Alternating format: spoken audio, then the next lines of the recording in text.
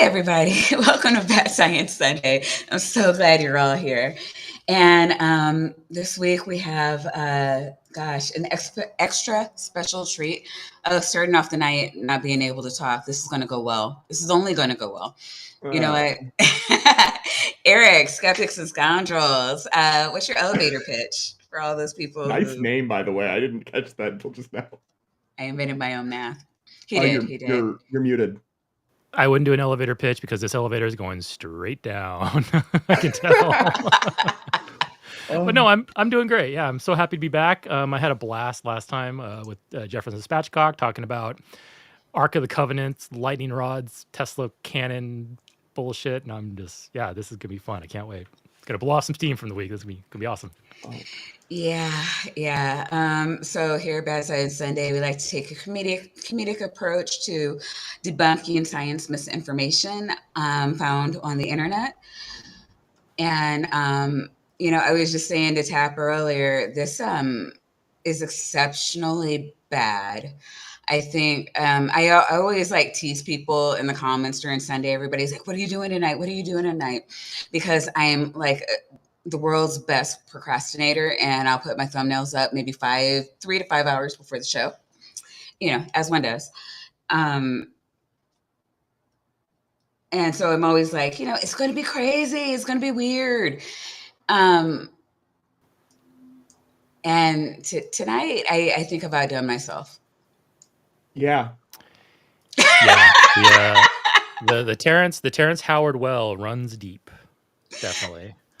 For $2, Sinister Purpose says 1 + 1 = 1 in Boolean algebra. Read plus as or.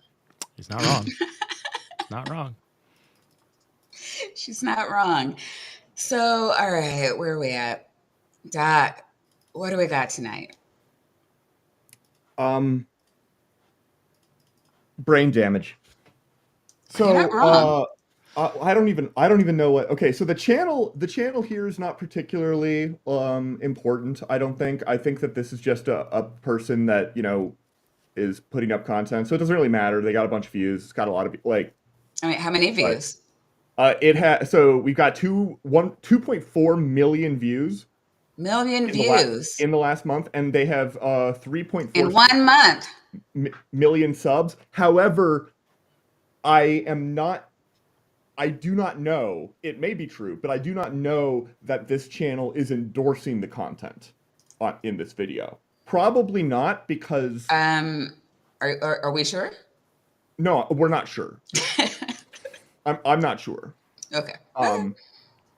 But Joe Rogan is at least partially confirming it, which is a very weird thing to do, because Joe Rogan is not an authority on anything except for how squeamish people get when you cover them in like cockroaches. I did see a good take on Joe Rogan about a month ago when he was calling The Rock out for saying that he does like all natural, whatever to stay in shape. And I was thinking, if anybody knows about like steroid usage, it's probably Joe Rogan. Yeah, I think I don't watch much of Joe Rogan, but the clips I've seen are not promising. But there are some clips that I've seen where you can see his critical mind in there, like struggling to get out, screaming to see the light of day. And occasionally he'll have some moments of clarity and critical thought. But from everything else I've seen, it's very few and far between, and he tends to just kind of gobble up whatever the person in front of him is saying at the time. Usually, I do appreciate him for calling out Tucker Carlson on oh fuck, now I lost it. I think it was Evolution. It was Evolution, yeah. Yeah. Yeah. I think Tucker Carlson dropped the oh no, it's the Thought Police. Tucker Carlton, he dropped the typical, it's just a theory, it's never been proven, it's an old thing, it's been defeated. We've thought that God created stuff, we thought that God created life for so long, therefore it must be true. Like dropping crap like that. And I think Joe Rogan did push back a little bit on a few of those things, not as effectively as he could have had he been, better grounded in that kind of stuff. Yeah. But yeah, for the most part, I just to drop some spoilers here. Professor Dave actually already did his review on this, and his video dropped 2 weeks ago. It has 1.4 million views on it. It made the front page of Reddit, and I kid you not, if you go and open an incognito window, if you run Chrome, run an incognito window, or if you're on Firefox, run a whatever private version, private browser that they have, just type in Terrence Howard in Google. Google will bring you to the search results, and the very top section will be the Google generated results for Terrence Howard. There'll be some pictures of him and all that. And in the bottom right hand corner is a thumbnail for Professor Dave's video, which just tears Terrence Howard apart from his, for what he's about to see here tonight. So Professor Dave hit such a home run with that video that he is now on Terrence Howard's Google results on the front page. And like I said, open an incognito window and try it out just to see for yourself. I did it, but right before the show, and it was true. Yeah, which is awesome, okay. Honestly. Yeah. Yeah. The same thing happens for other people, like Pierre-Marie Robitaille, Sky Scholar, but Terrence Howard is, he's an actor who's had a long career in Hollywood and has been in films that you've seen. He was the highest paid person in the first Iron Man movie in the MCU. Really?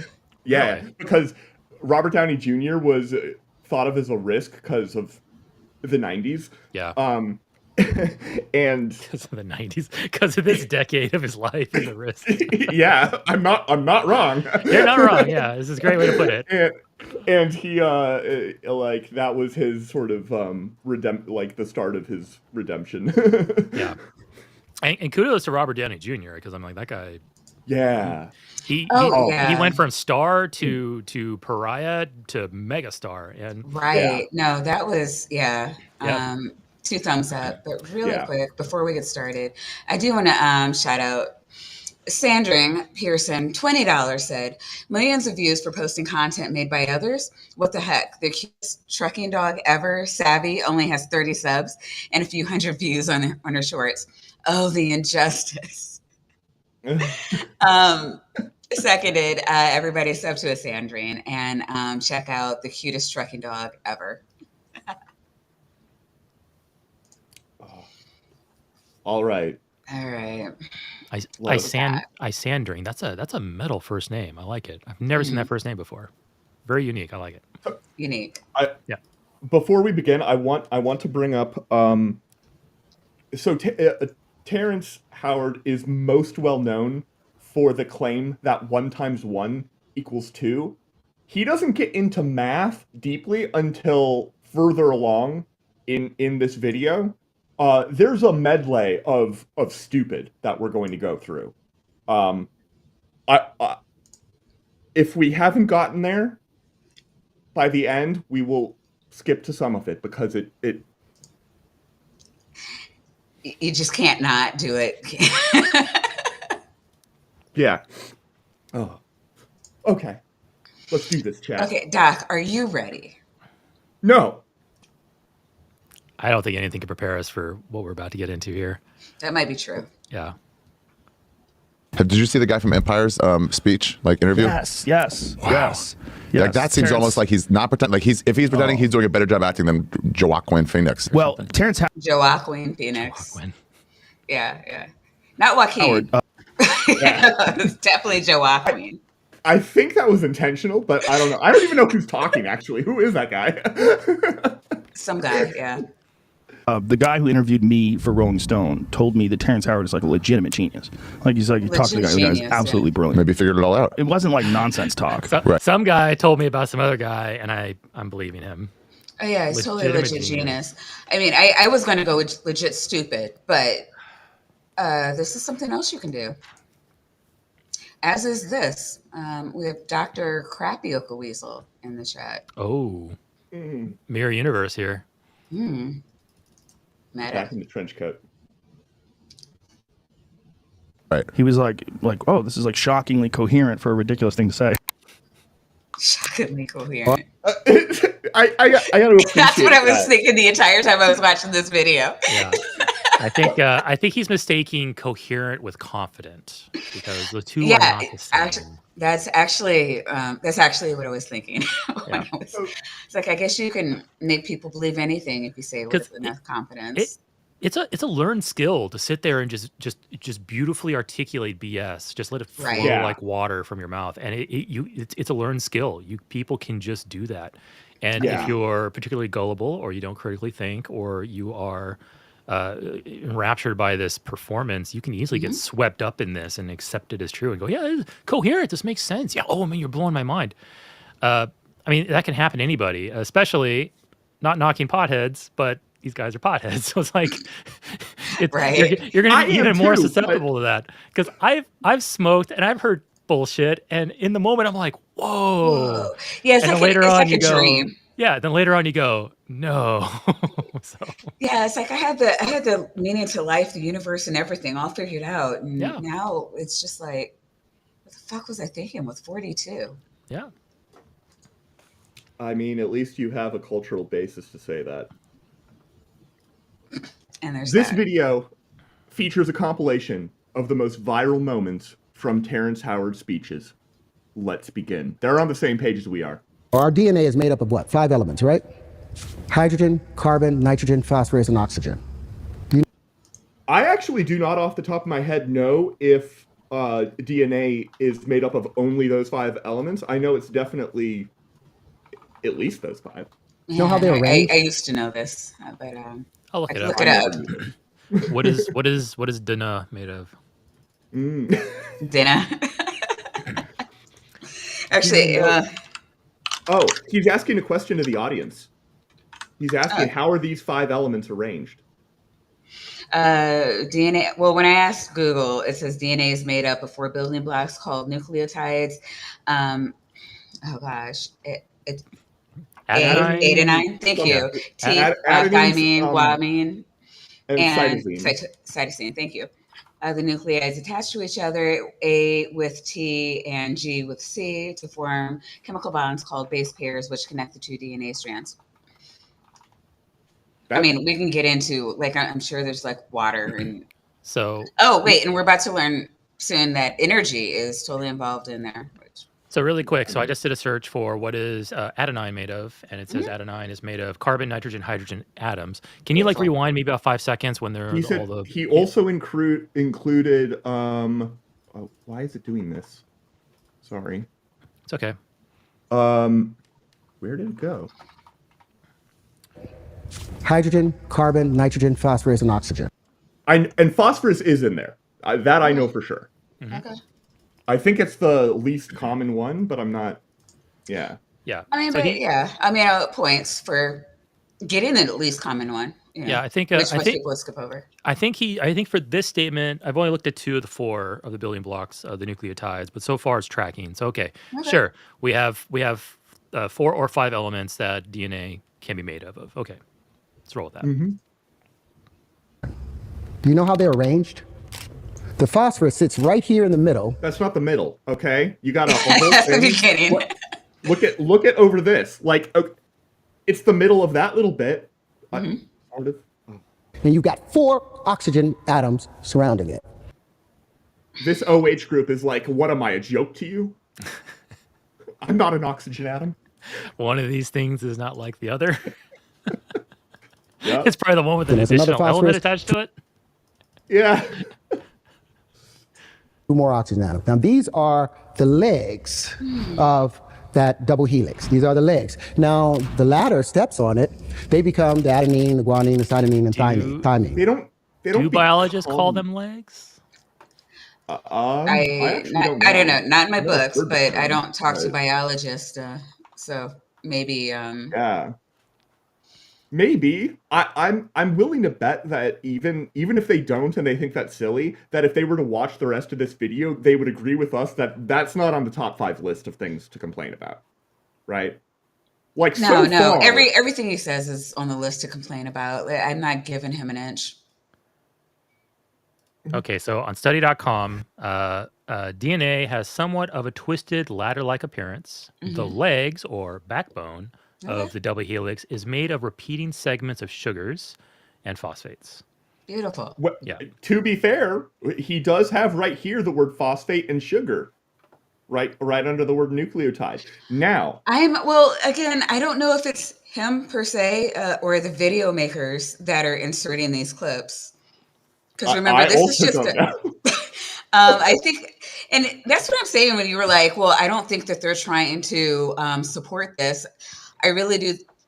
Terrence Howard is not inserting any of these clips. They are trying, I think, trying to support his claim and show hey, he's credible because he said these credible things. Therefore, these batshit crazy shit over here should also be credible, seen as credible as well. It's a fair point. But this is like, let's say everything he said so far. We've only let him say two or three sentences so far, Terrence Howard. Yeah. But this is how bullshit artists begin, though. Yes. This is how Scientology works. This is how Mormonism works. This is how any cult scam. Jehovah's Witnesses. This is how they work. The first things out of their mouth are things that can be factually verified, true, or even make sense. We'll probably hear Terrence Howard say numerous disparate things that make sense, but the way he ties them together, that's where the bullshit really comes and flourishes. Exactly. Eric gets me. That's what I'm saying. Yeah. And that's why I'm like, I don't want to give him an inch because you get these ground things. Yeah. And I'm not saying they're right or wrong. And we're looking it up. We're giving him credit where it's due. He's going to run off the rails really soon here. Yeah. Oh yeah. Oh yeah. The ATCGs. It turns out hydrogen, they used to think that energy, the body transferred or understood the energy information through electricity. They're finding out it's through frequency. What a sentence. We're going to be stopping quite a lot, folks, by the way. Yeah, we are. Yeah. That's why I already have it on 1.25 already. The body transferred or understood the energy information through electricity. Wow. There are... That's such a vague sentence that, like, it's true in a few ways and it's useless in most ways. Yes, your body sends signals through like nerves and stuff with electrical signals. It's sending ions that go across the thing between the axon, blah blah blah blah blah. But it also does things in other ways. Hormones are chemical signaling things that your body releases to like let other organs like know stuff chemically, not electrically. Also, if it's through frequency of what? Every damn time with these people. What is frequenting? Well, you're supposed to be telling us what is frequenting. Like that. Why are you even here?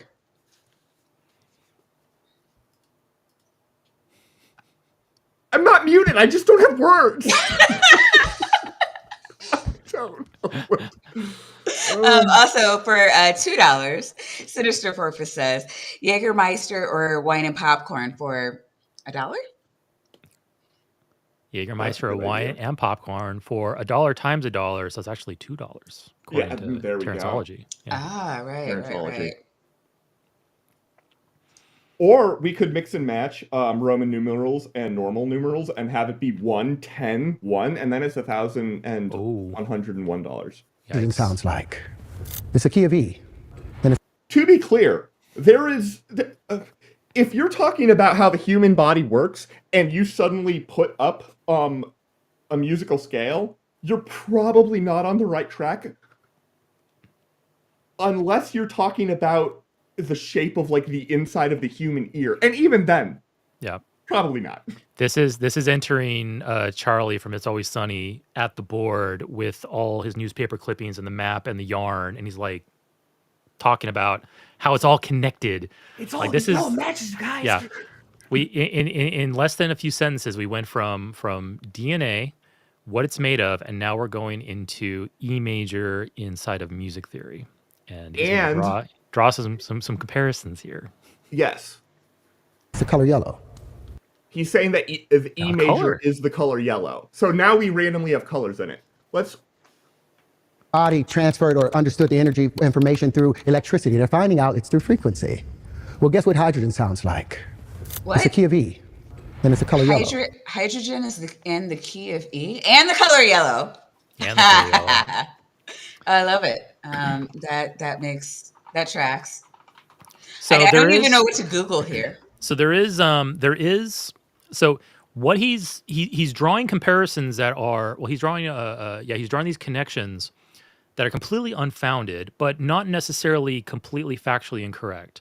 Hydrogen does have a resonance frequency. That resonance frequency is 1.42 billion hertz. Okay. In fact, it's something. Which one is that? Is that the Lyman alpha line? Because you're talking about the Lyman series. Yeah. So it's if I'm correct here, it's 1.42 gigahertz is the hydrogen resonance frequency. And when it comes to like things like radio signals, generally Earth does not transmit on that frequency because through some astronomer and scientific reasoning, if there is alien life out there and they want to broadcast their presence, they would likely use a frequency like the frequency resonance of hydrogen. And so hydrogen does have a frequency. He's drawing this comparison here between E major and hydrogen and also the color yellow. Probably, I don't know, I'm going to go on a limb here. The frequency of the color yellow, by the way, would be a much higher frequency than 1.42 gigahertz or whatever. Yeah, let's actually take a look at that. Yellow. Like sodium has an emission line that's at 589 nanometers. Yeah. And that's yellow. That's what a lot of like the street lights, the yellow street lights that you see are sodium lamps. But those are optical frequencies when you like excite an electron to a higher orbital. The frequency that Eric just wonderfully described is when you take the electron that's going around and you flip it from being spin down to spin up, or vice versa. There are a lot of frequencies that are associated with hydrogen and every other molecule, and that the 1.4 gigahertz one is also known as the 21 centimeter line because it has a wavelength of 21 centimeters. Whereas the color yellow is going to be carried, like if a photon hits your eye and you see it as yellow, that photon has a wavelength that is a cool like 2 million times smaller than that. I just cranked it into a online calculator. So if this is correct, and I'm well out my wheelhouse here, so I might be completely off base. The yellow wavelength of 570 to 580 nanometers, which I'm going to average that to 575. 575 nanometers equals 521,000 gigahertz. So completely off from the 1.4 billion, 1.4 gigahertz of hydrogen. So I'm not sure where he's getting this from, but I guess maybe let's go all the way then. E major. E major. E major is that's going to be hertz? the main. Yeah, that's just going to be at like 200, 300 hertz. Yeah. So how close are we to 1.21 gigawatts? That's a good question. If we get close enough, maybe we'll go back in time and keep this stream from starting. According to this, E major frequency is 41 hertz. So we're at 1.4 gigahertz, 41 hertz for E major, and then 500,000 gigahertz for the color yellow.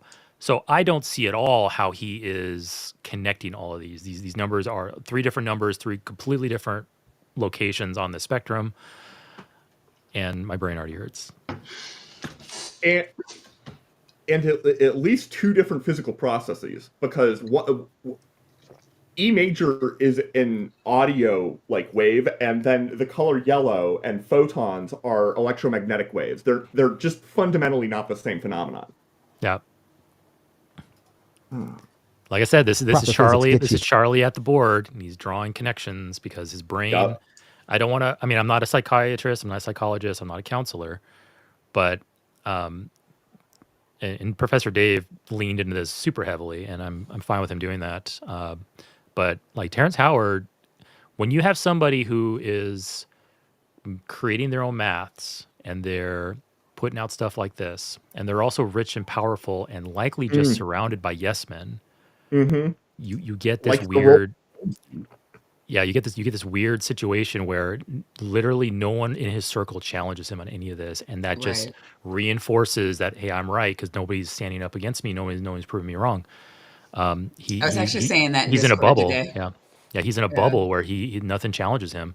Kind of like George Lucas with the prequel trilogy. Like no one's there to challenge him. That's why they were so bad. Titan has a fun fact for you, Dr. Weasel. Oh, I'm sorry, I lost my ability to read. Moving on. Oxygen is a chartreuse, and it's the key of F over F sharp. Now, they used it, like I said, What would that sound information like? used to be thought about as just... If we played that, what would that sound like? It would sound like chartreuse. Right. Which is great in cocktails. Wouldn't it be funny if hearing that combination of notes like forced a human to stop breathing oxygen, like just like they couldn't? It's like the Death Note, you know? Yeah, like the Death Note, or like the suffocation noise instead of the brown noise. Not the Death Note, the anime. That's a completely different thing. I'm talking more like Venture Brothers, where the older Venture brother, he was tasked by the government to create a killing sound, like a sound that kills people that hear it. And he's like, I'll take that contract. I want the killing sound. Anyway, sorry, deep cut.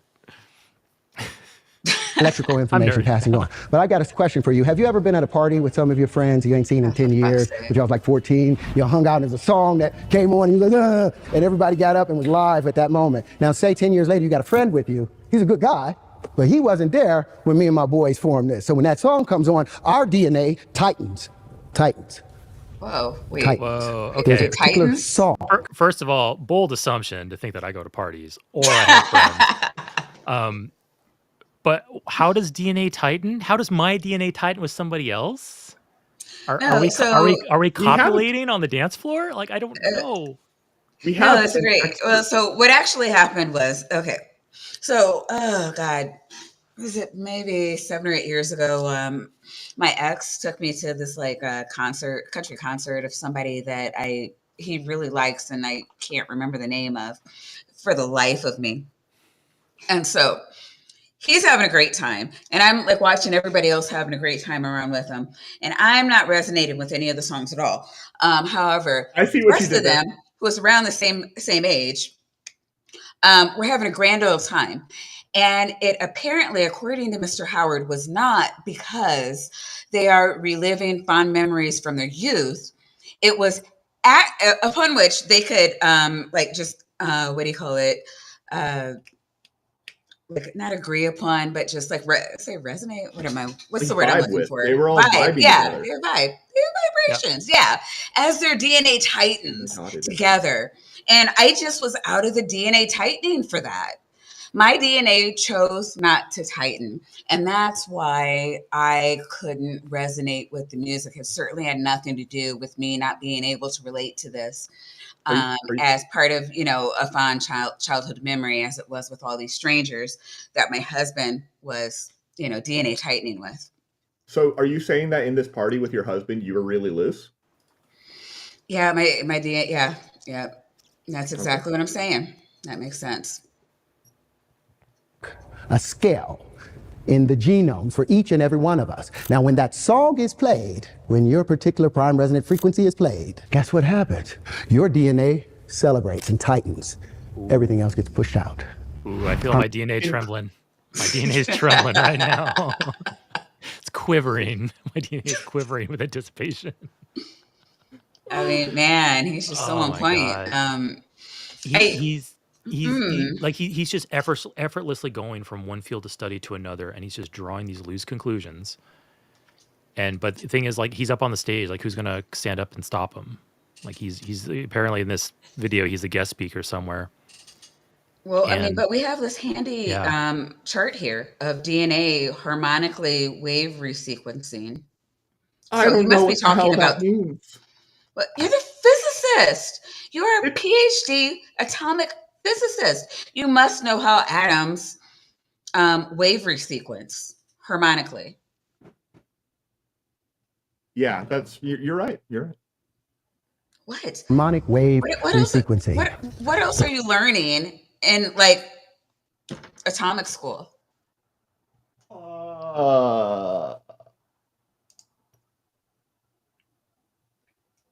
I got nothing. Well, I learned all that stuff about how hydrogen has the spin flip thing. Oh, cool. Yeah, we did. Yeah. We learned about the spin flip thing. We are here to educate you peeps. That's what the show's all about. It's not what the show's all about. This is it's all about the spin flip thing. I'm going to rename the title. All about the spin flip thing sounds like a bad song that's like still catchy. You know? But the spin flip thing sounds like a dance move. Very dangerous one. That's why I don't dance. So, harmonic wave resequencing, HWR. Ooh. What that means? Chat. What that means?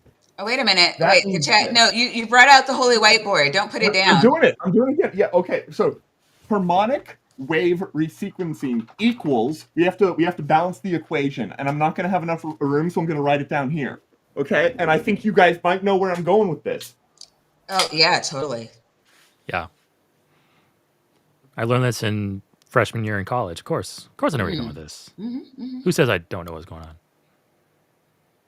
It means nothing, chat. That's right. We are back to one of our classic insights that we have here on Bad Science Sunday. What we have is a wonderful high-level discussion of the equality between harmonic wave resequencing and nothing, because it means nothing. Why did you do this to us, Maya? Well, last week they seemed so excited about teleology, so I thought we'd cover it. You're welcome. Mwah, mwah. Carbon is also the kiwi and yellow. So carbon is also yellow, did you just say? Carbon is also yellow. I mean, but hydrogen's yellow. Why is carbon also yellow? Because. What? I don't understand. Is carbon hydrogen? Because. That's it. Because Terrence Howard said so. I love it. It's like it's your first time here. Nitrogen is G.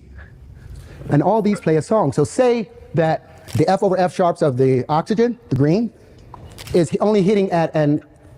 I thought it was chartreuse. But, yeah, fair enough. Well, chartreuse is also yellow. I thought it was yellow-green, right? It was yellow and green, but we're going to completely disregard the green because yellow. Logan Fisher actually brings up a good question because this crossed my mind earlier too.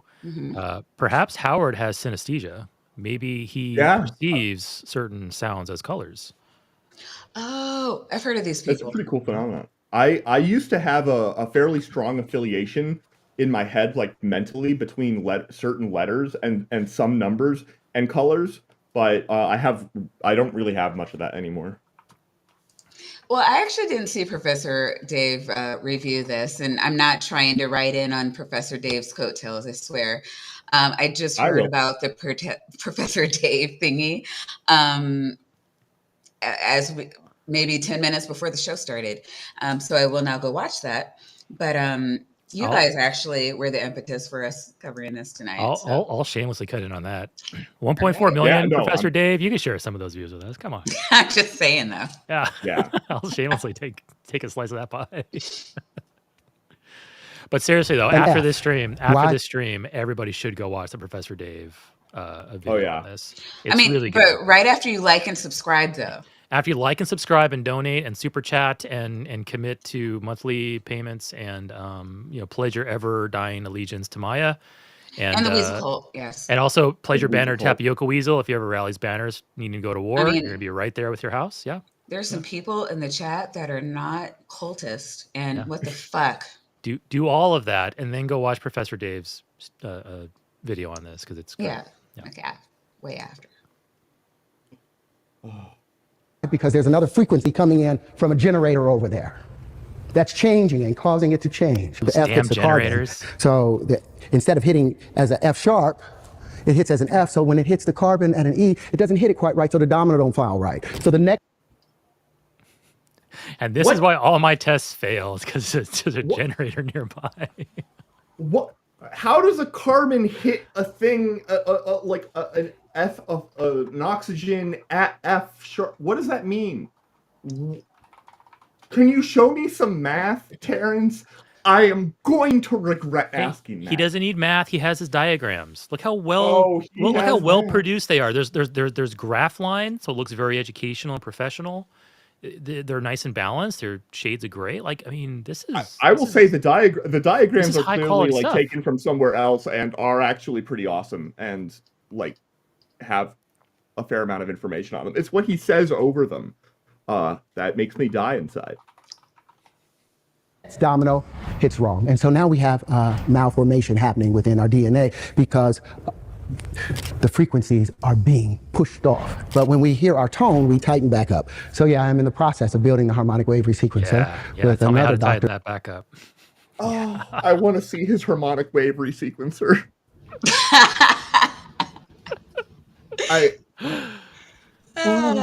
For $2, Jester Alert a Fool says #blame Jester.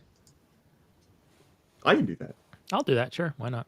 For $2. Normally we see the thing is I'm very down with that because normally on this channel, you know who we blame? We blame the weasel, and they're one of them is always to blame. Yeah.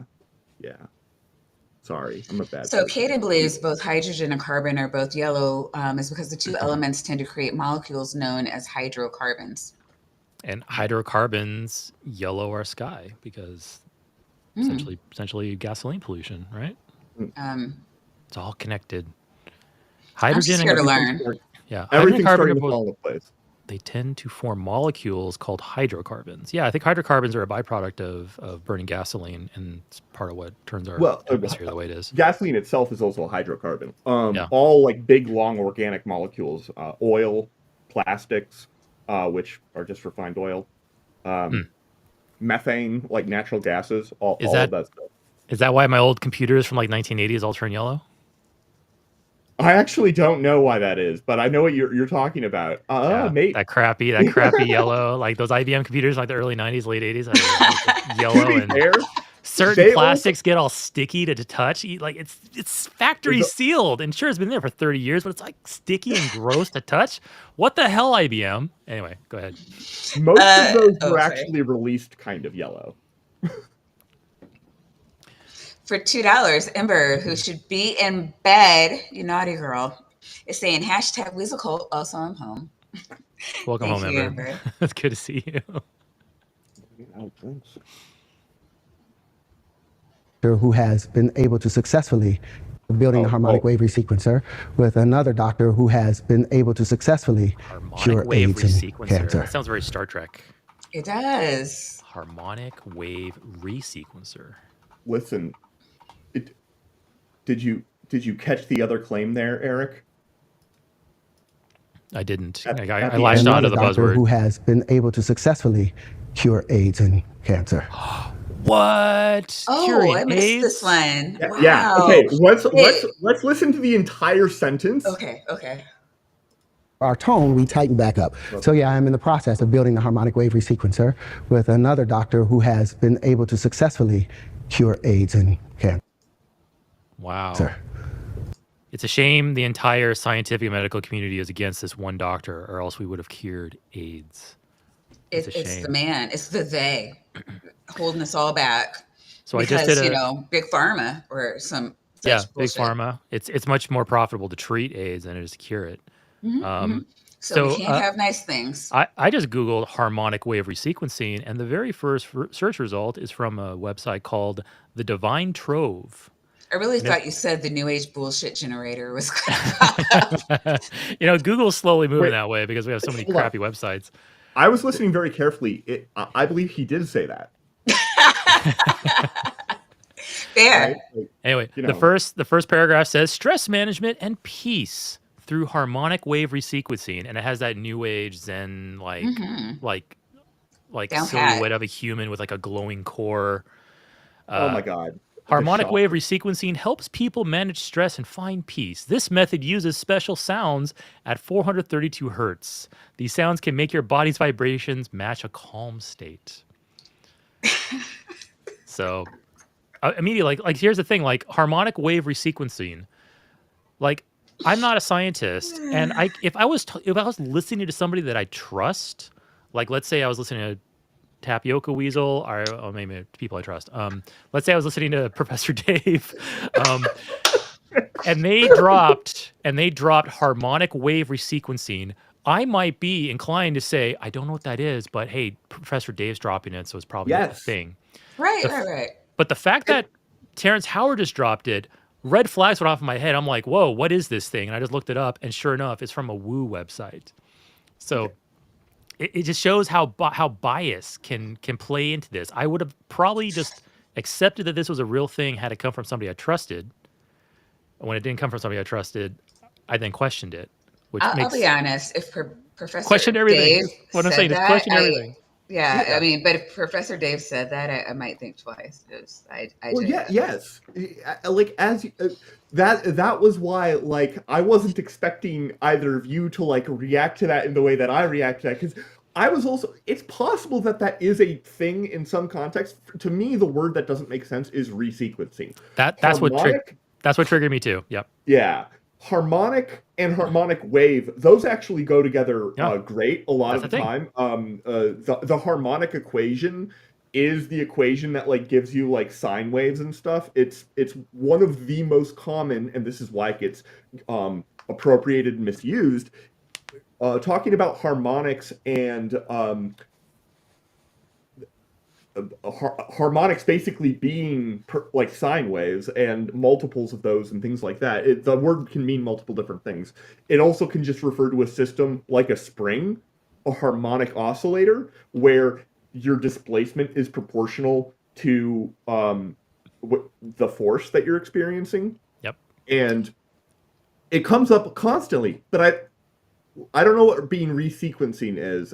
That like so. Yeah, that's what set the bullshit detector off in my head there when he said that, because like Mythbusters, they had a great episode on how you can use harmonic resonance to basically destroy structures. Yes. Like if you had a harmonic resonator strong enough and you attached it to a bridge and you found its resonance frequency, you could take down a bridge with just vibrations at a certain frequency. Because if the frequency matches, and it's happened. If the frequency matches the harmonic resonance frequency of the structure, every time that generator pumps energy into the structure, it builds and builds and builds upon itself until finally the whole thing just can't take it anymore. And so the first two words were great. That second word, once he said resequencing, is like, whoa, what? It's like, and he's doing this probably because he's trying to link this to DNA, DNA sequencing, DNA resequencing. So he's probably trying to like merge these together. And he's using pseudoscientific woo from, the divinetrove.com. So can this happen in like the human brain? Can like bullshit just kind of like harmonically resonate with your brain and just destroys you? Like, has anybody like ever just lost their mind from watching too much of this stuff? I've had a lot of people tell me that they lost brain cells watching my content. Yeah, I take it as a compliment. Yeah. That's good. Own it. We do. I'm here to drink and kill brain cells on a Sunday night because how else are you going to face Monday workday tomorrow if you don't do that? If you can't laugh off your pain. Yeah. I live for regret. On that topic, this is the perfect time slot for a show like this. I thought about this a few weeks ago. I was like, this is the perfect time slot, Maya, for you and Tapioca to do this, because we're all facing the work week. We're all tired from probably weekend activities. We just need to sit back and just go, let's watch a dumpster fire. It's perfect. I love it. It's a great. But I wanted you guys to understand how that. Hey, I was talking. I'm sorry. I blame it's Terrence. Terrence, don't interrupt Terrence. Yeah. Go ahead, Maya. I was just thinking it's the best way to like round out your week, where it's just communing with the saints or the atheist, whatever. And Caden's not an atheist. And I saw Spackle. She's not an atheist either. I am not an atheist. And I think there's some other people in here that want to claim agnosticism. But we are communing with the saints in the Guidance Cult. And laughing and having fun with our friends. And just forgetting that any of the bad stuff ever happened, and going in with a clear mind and, zen and oming our way into prosperity in the upcoming week. Also, 1 × 1 = 2. Oh, don't spoil it. We're going to get there. They've been talking about it in chat. Trust me, it's not. No, 1 × 1 so = 2. simple. This is known. You do not need to tear the human body apart when all you can do is use frequency to bring it back to its normal space. Throughout history, numerous individuals who have ventured beyond the conventional paradigms of science and society have... We know where this is going. Whoa, look at those swoosh transitions too. Yeah, that's amazing. I'm sorry, go ahead. He's talking about people who have like challenged the paradigms of science throughout history. I know exactly where he's going. Often found their theories marginalized, their voices silenced. This pattern raises crucial questions about the nature of progress and the suppression of innovative ideas. Take, for instance, there we go. Nikola Tesla, whose profound genius revolutionized the world of physics and engineering. After his death, it's widely reported that many of his papers and research notes were confiscated by government agencies. The full extent of Tesla's... Oh my God, those swoosh transitions. It's too much. Work remained shrouded in... Oh, I actually want to go back and look at this because it's the thing about Tesla is Tesla was a remarkable person. He was the genius of all geniuses. Like the world could have been in some kind of utopia if only we had listened to him. If only. But that's the thing, though. Like it is a good thing that new ideas in science have a very high hurdle to overcome. Sure, a new idea introduced to science might actually be correct in reality, but if it is, it doesn't matter how much it's being suppressed, it doesn't matter how much it's being ignored, if that is such a thing. It doesn't matter how much it's being ridiculed, the evidence will eventually bear it out. Same thing happened with Einstein, the same thing happened with Newton, same thing happened with anybody who revolutionized a field in science. They introduced their idea, it is ridiculed and scrutinized, and despite that, the evidence and research overcomes that. Thank you.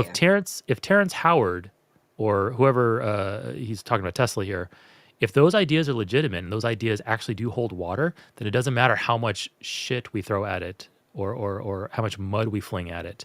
The evidence will bear it out.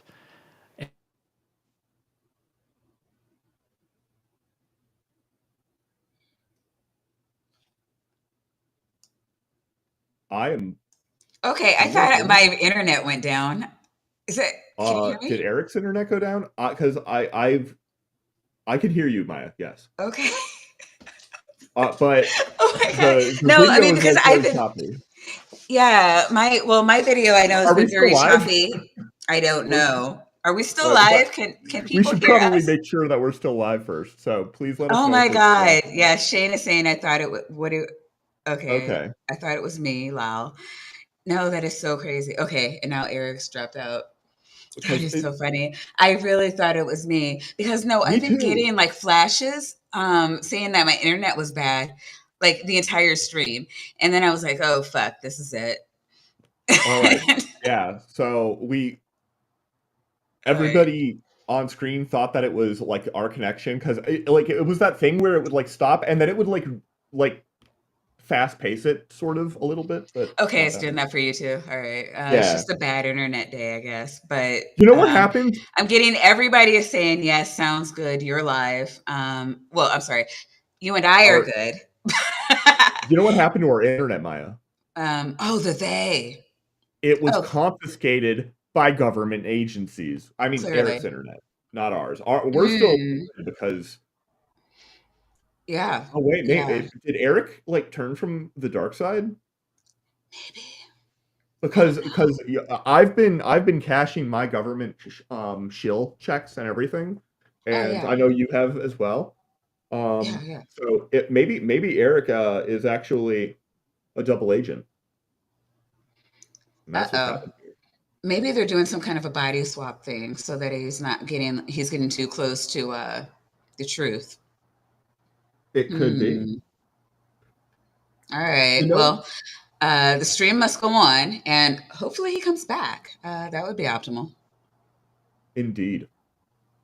Tesla's work remained shrouded in mystery, fueling speculation that some of his revolutionary ideas were too transformative or too threatening to be released to the public. Similarly, the curious... So the thing about Tesla died in like 1943 or 44, and he was a person who had a bunch of inventions that like he was the guy who sort of realized that you could like take down a building with an oscillating weight. He he did that experiment in like the basement of the place he was renting at, and the building started to shake, and like he had to turn it off because he might have, or that might be an urban legend. I don't know. It's possible, but like that's not out of the realm of possibility. That would totally be something that I can imagine Tesla, like doing. He did frankly much more impressive things as well. Yeah. And when he died, because of that, and because of his sort of eccentric nature, it was not out of the realm of possibility that maybe the United States government in 1943 would want to be a little bit cautious and slow some stuff down when they're, rather than just being like, okay, we're just going to let this inventor, scientist, crazy dude, just like, there might be something important here. Okay, there wasn't. Okay. So a couple of people want to know if this is a flirt video, and you are on record as saying that it is worse.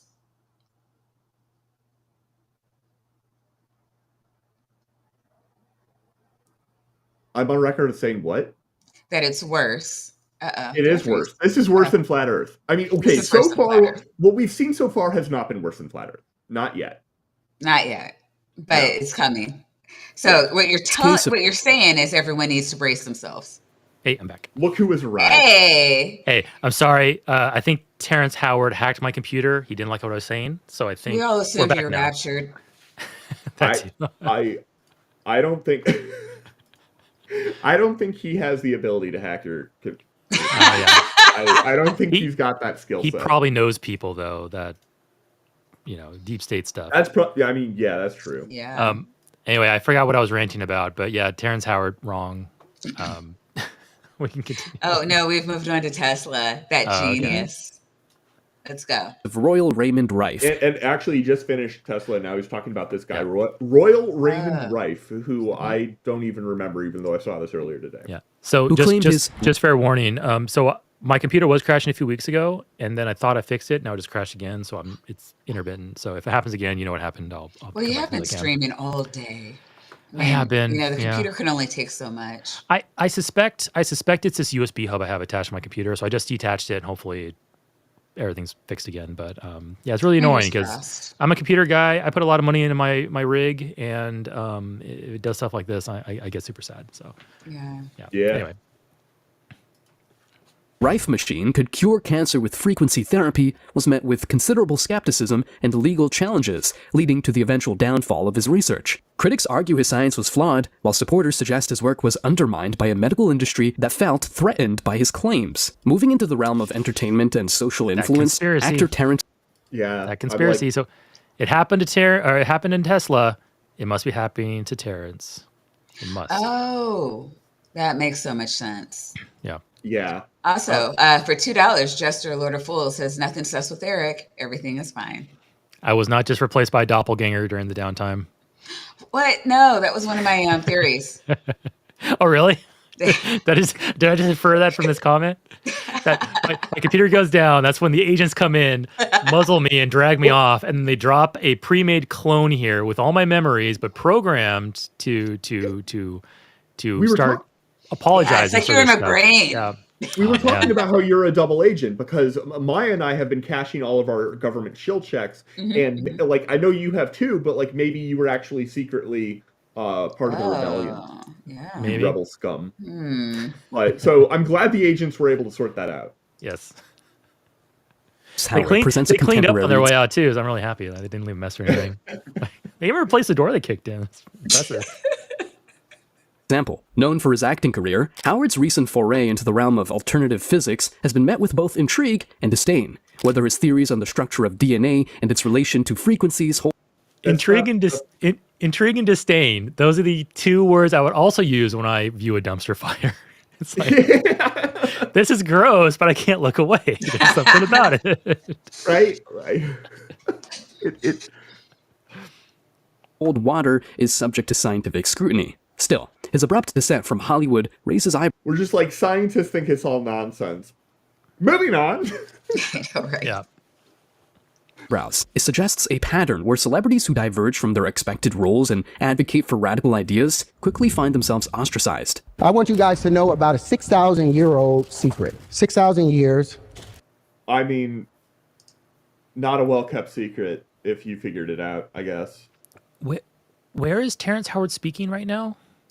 Oxford. Is that Union? Oxford? Yeah, I want to say He's it's speaking Oxford. at Oxford? Well, he's speaking at a place called Oxford Union. I have no idea how many places called Oxford Union there are, but like sometimes people like to play with their food. So I could see scientists at Oxford doing that. Okay, I so do that all the time. Oxford Union is a debating society in the city of Oxford, England, whose memberships is drawn primarily from the University of Oxford. Yeah, So it that's sounds like exactly what's happening. They're playing with their food. So yeah, this actually might be a debate, and they're just playing just Terrence's parts and not showing any of the rebuttals. That would make so much sense. Or they're Perhaps. just having them there so that it can be like, well, this is like a thing that people believe, and then let's discuss it later. Mankind has been trying to decipher this one little thing called the flower of life. Thanks, Jordan. Have you guys ever seen this before? Now, you know this is one of the oldest symbols in human history, right? This symbol was found in the Temple of Osiris in Egypt, and it had been molecularly burned into the wall. And it's 6,000 years old. All burning is molecular burning in some sense, right? Like, So, okay. that's how combustion works. I mean, how do we know it wasn't carved into the wall, though? Because it was molecularly burned, Maya. Oh, right. He did just say that.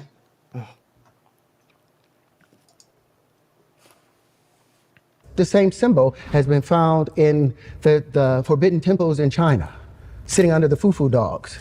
And they put on it the flower of life, saying whoever controlled that flower of life controlled the universe. There were secrets in that. Yes, circles are something people draw. And maybe you have... It's one of the first things my babies drew when they started drawing. And maybe disparate groups of people will find patterns using basic shapes. And you'll see commonalities in those patterns because they're just natural patterns. Just maybe. Yeah. Call me crazy. I mean, it's actually like insanely common, like easy to draw, especially if you have the compass, the spinning, like that you play with in school. Yeah, the compass. Yeah, really yeah, cool. You just go whack and then you just find a line, you do it again, find another line, do it again. And the thing about it is, when you do it with the flower of life pattern, you get hexagons too. Like, it's got a particular symmetry that tiles, and it's not like it's not a square; it's a hexagon. And hexagons are, of course, bestagons. That flower of life that Da Vinci spent his whole life trying to uncover. There were secrets in that flower of life that Newton spent his whole life in secret trying to uncover. Do you mean about the mathematics of circles? Because guess what? That math is a thing that you can choose like a particular topic and you can just fall down that hole forever, and it's fascinating, just wonderful all the way down. Totally into it. There's patterns in mathematics, and if you are unrestrained, you can go down a rabbit hole forever. Like trigonometry is all about the mathematics of circles. And harmonic waves. Oh, right. Yeah. The universe is a wave, and I'm getting ahead of us. Yeah. The flower of life, I'm looking at pictures of it right now. The same secrets the flower of life is pretty cool. Yeah. Like, it's a neat pattern. It's a neat pattern. But it's just that, it's a pattern. Because I'm actually, there's actually multiple of life's patterns. There's the egg of life, fruit of life, Metatron. Have you seen the tree of life? Cube. Have you seen the tree of life? That comes up a lot here. Oh, Metatron's cube. Is that like a... It's not like Transformer. Metatron cube. Right? I did not believe that there was an actual person, Angel, like Archangel Metatron. Yeah. That sounds totally like it was like invented Transformers or some shit. Yeah, no, Yeah. it's a thing. I'm sorry. Was it Isabard from earlier? I'm sorry. Your name is no longer the most metal name I've experienced today. Metatron is the most metal. Archangel Metatron. God damn it. Oh yeah. It's the whole thing. But there's all kinds of patterns you can make with just circles. Mm-hmm. Germ of life, seed of life, tree of life, flower of life, egg of life, fruit of life. Like these are. Mm-hmm. This is nothing special. These are just stack a bunch special. They're special just like in that you and me. They're special in that they're nice examples of mathematics, but they're just patterns. When you arrange something in a repeating fashion over itself, you're going to see patterns. They unlock the secrets to life, the universe, and everything. It's the reason we're holding ourselves back by not getting on the vibration of all of the geometries and numbers. Have you heard about the 3, 6, and 9? They're miracle numbers. 3, 6, and 9. Yeah, your DNA can resonate on the frequency, and like regenerate. Apparently, that's a Tesla thing. Yes, it's not actually a Tesla thing. Wait, no, it is. No, we saw a picture of Nikola Tesla while a crazy guy was talking about this. Therefore, Tesla believed it.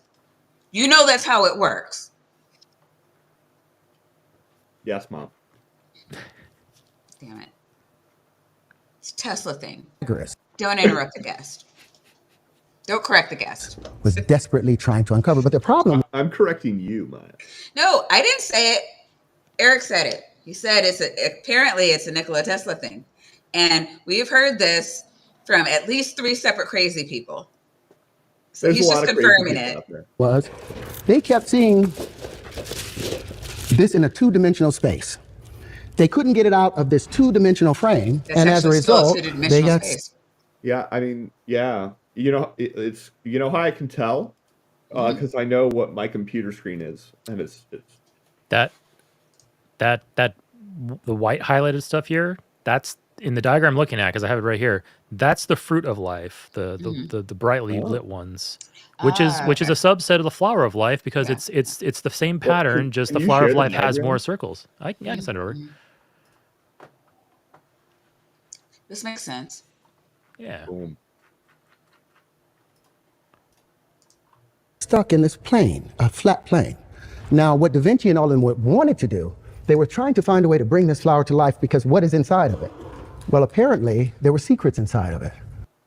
There's a bunch of shapes inside of it, and like mathematical secrets. Secrets. Okay, and this is Metatron's cube. Like these are just patterns. Yeah. No secrets. Oh, I see what you're saying. Listening. What is up with that avatar, Doorknob? We're viewing the cube edge on, and like we can see.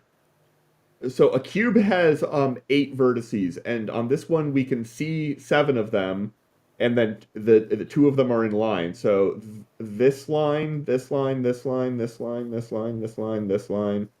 Those are the ones that like form the cube. This line here has nothing to do with the cube. Right. Yeah. Well, probably. Or maybe it's a different cube, but I don't know. Oh wait, there's also the what do you call it? The 2 triangle. What do you call that? A Merkaba? The Star of David thing. Yeah, no, it's Merkaba or Merkaba. I'm not sure how to. I've heard it pronounced both ways. I'm not really sure how to. But it's in there. It's in the Tree of Life. But no pentagrams. Or Flower of Life. Which one are we calling it today? No pentagram. Oh wait, no, there's a pentagram in there, right? Am I wrong? It'd be hard to do with this. This symmetry 6. isn't going to give you a pentagram. Yeah, Okay. That's 6. That's actually an irrational number. Yeah, if you just tile this forever, you could approximate a pentagram over long distances, but you're never actually going to. I might be wrong about that. Is that why they're evil? Because they're not like found in the life tree thing? They break mathematics. Ah. So there we go. Well, Judaism confirmed. Satanism debunked. There you go, folks. Yep, done and done. End our night. Done and done. And all of those other things out of it. But they were misled by something I think called a straight line. You guys believe in straight lines? You believe there's straight lines in the universe? Well, let me hit you with something. All energy in the universe is expressed in what? It's in motion. If something... No, it's not. That's not true. No. Yeah. There's potential energy, which has the potential to go into motion. Mm-hmm. Exactly. He just effortlessly just out there. He has asked a question, and he's like, "No, dummy, you believe in straight lines? No." Then talking about energy, like it just the effortlessness of him just dishing out this bullshit is part. It's a part of the selling. It's how he sells this. Yeah. Yeah. Yeah. The thing is, he's not. If he weren't already famous, he's not good enough at that part of it to I think be super successful like on his own. Do you know what I mean? Like he's not like Ken Wheeler. Like Ken Wheeler is legitimately talented at the like auctioneer rapid pace just synthesization of bullshit. He's slower and more typical. Like I can't go at Ken Wheeler speed. It's a legitimate skill.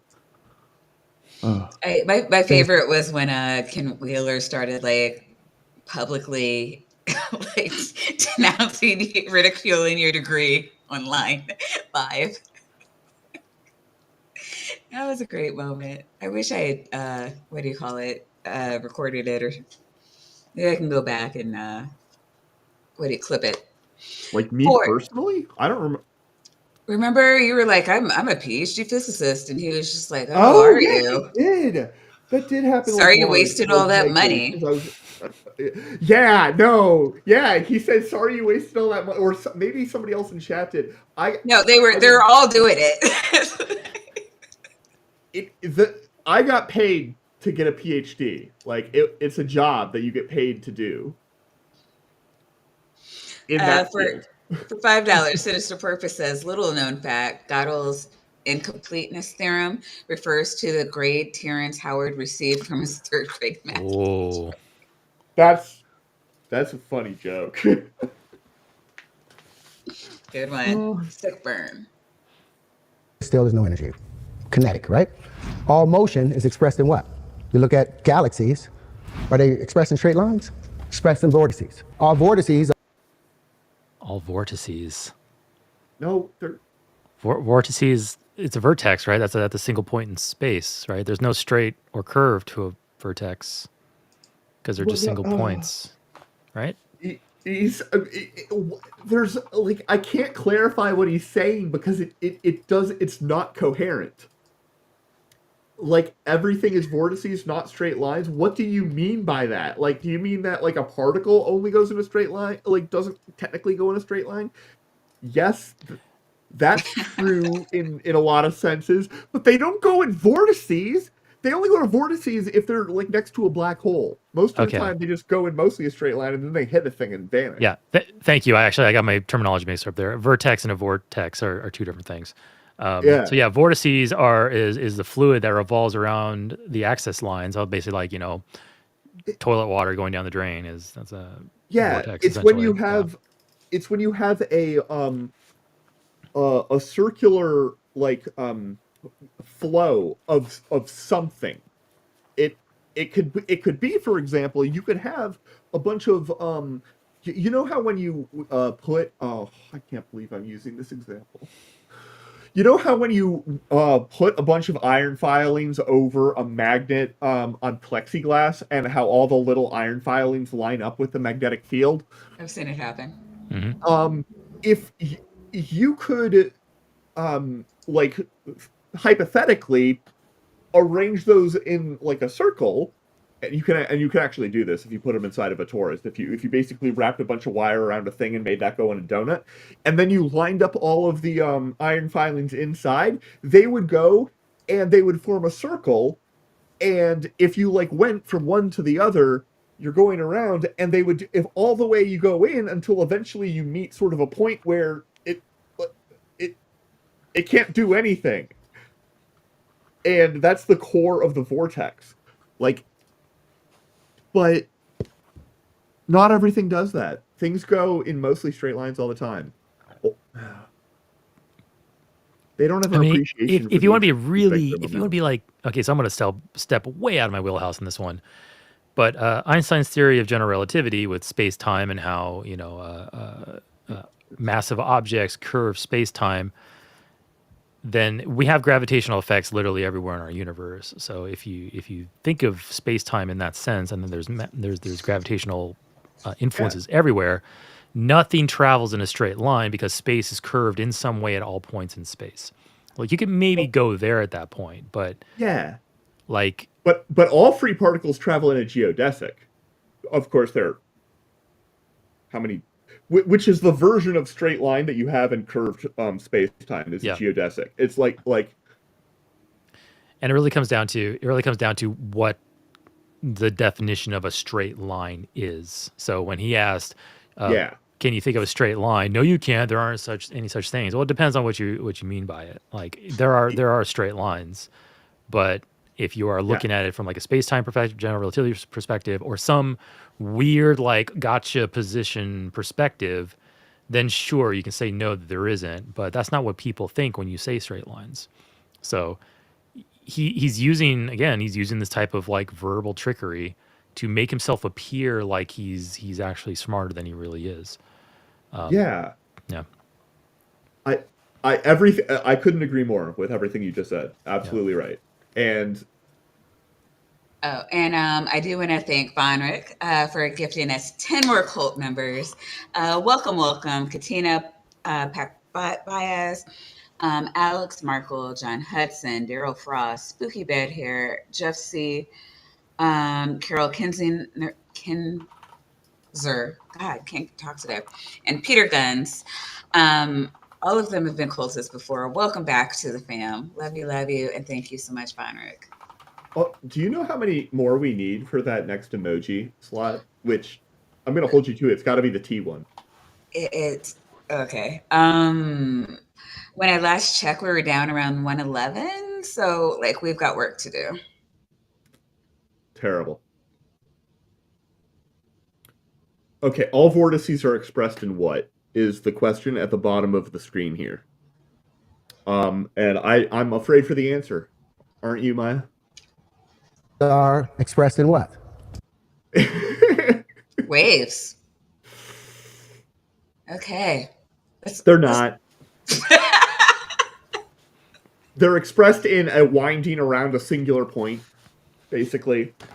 If you have a vector field, you can have a vector field that goes around in a point, and necessarily inside of that, you're going to have at least one spot where the magnitude of the vector field is 0, because if it's a continuous vector field. Sorry. Always. Oh, God. Waves. All waves are curved. Show me a straight line in nature. You show me where the Platonic solids come from. Where do they have their foundation? Wow, okay. Where do the Platonic solids come from? Wow. Let's bring Plato in here to further muddy the waters. To be clear, they come from math and the mathematics, Euclidean mathematics. They didn't appreciate that at the time, but we've only appreciated that for like 200 years. They come from the fact that those are the only shapes where everything lines up and you don't have any sort of like gaps. You can't do it with the only thing that you can do with a pentagon, for example, is the dodecahedron. The only thing that you can do with the cube, with the square, is a cube. You get 3 different ways for like triangles, but it's not possible. Mathematically, it's not possible to do this with a hexagon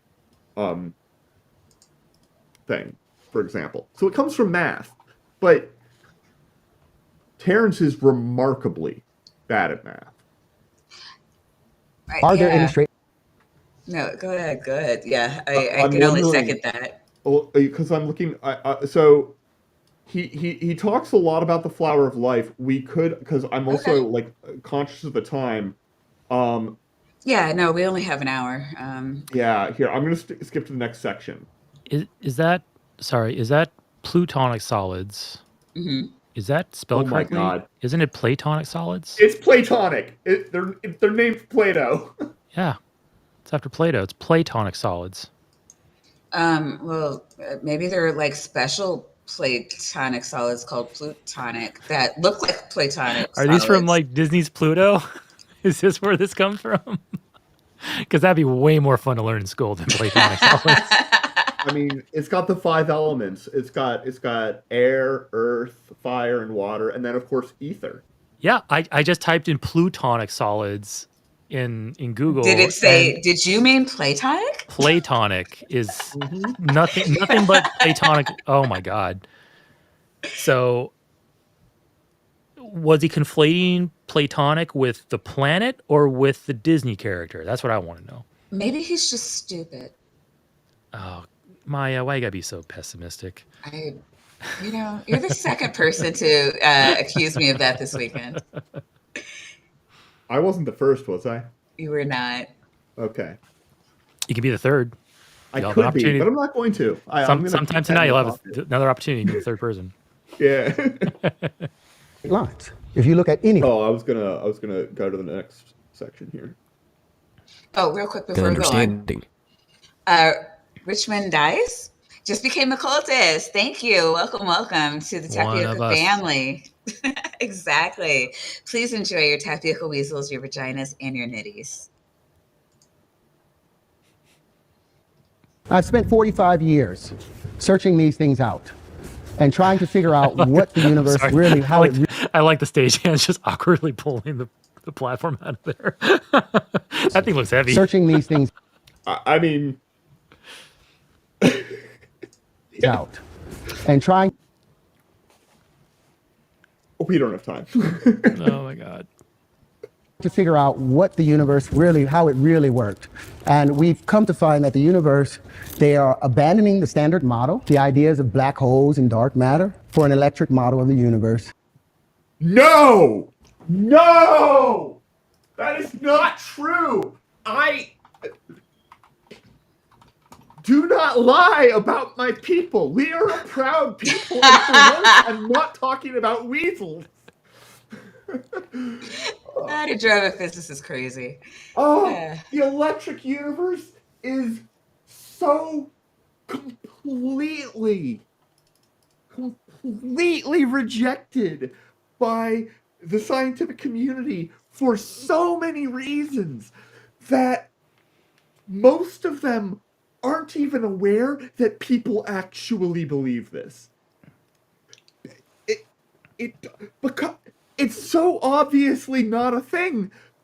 Yes, electric forces like happen over a long distance, but they're saying that they are the cause instead of gravity. That is like the fundamental thing about electric universe, is that electric forces are more important than gravity, and some of them don't think gravity is a thing, but most of them aren't that bad. But that's not true because of one thing. All of the gravitational charge attracts all of it. Electric stuff can be positive, negative, or neutral, and it all balances out and cancels out on the whole. So you don't get any big net electric effects pushing galaxies apart. I hate what this person has done to my brain.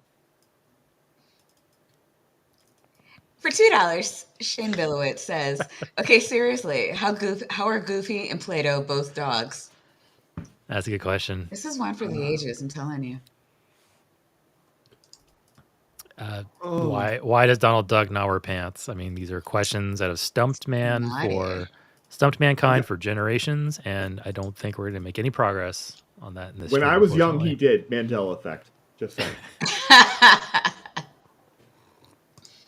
There's tons of paperwork of Da Vinci working on the flower of life and trying to unravel it. But every single Yeah, because he was like a genius of like a very rare variety who he was the quintessential Renaissance man. Like he was brilliant in like a vast number of different fields, including mathematics. And, geometry is a thing, so. I mean, every single example, you see him making straight lines and trying to make these straight lines bend in, and therefore he was never able to open it up. because all the universe is curved, all space is curved. And as a result, what I was doing in trying to find... So hold on. Earlier he said there's no such thing as straight lines, but now Terrence is saying that he was working with nothing but straight lines, and that's why he couldn't unlock the secret of the flower of life. He had to abandon straight lines to uncover the secret of the flower of life. So there are straight lines. No, you just have to ignore them. Right. Okay, yeah. Gotcha. Yes, that's exactly what he means. Just Terrence Howard said a contradiction. I'm sorry, I might be going too far with that statement there, but perhaps Terrence Howard doesn't quite know what he's talking about. Maybe. I haven't thought about that. I wonder if that Iron Man. I wonder if that Iron Man money has dried up yet.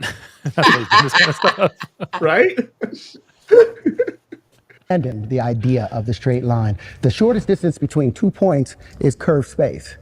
No, it's not. Okay, like that doesn't even make.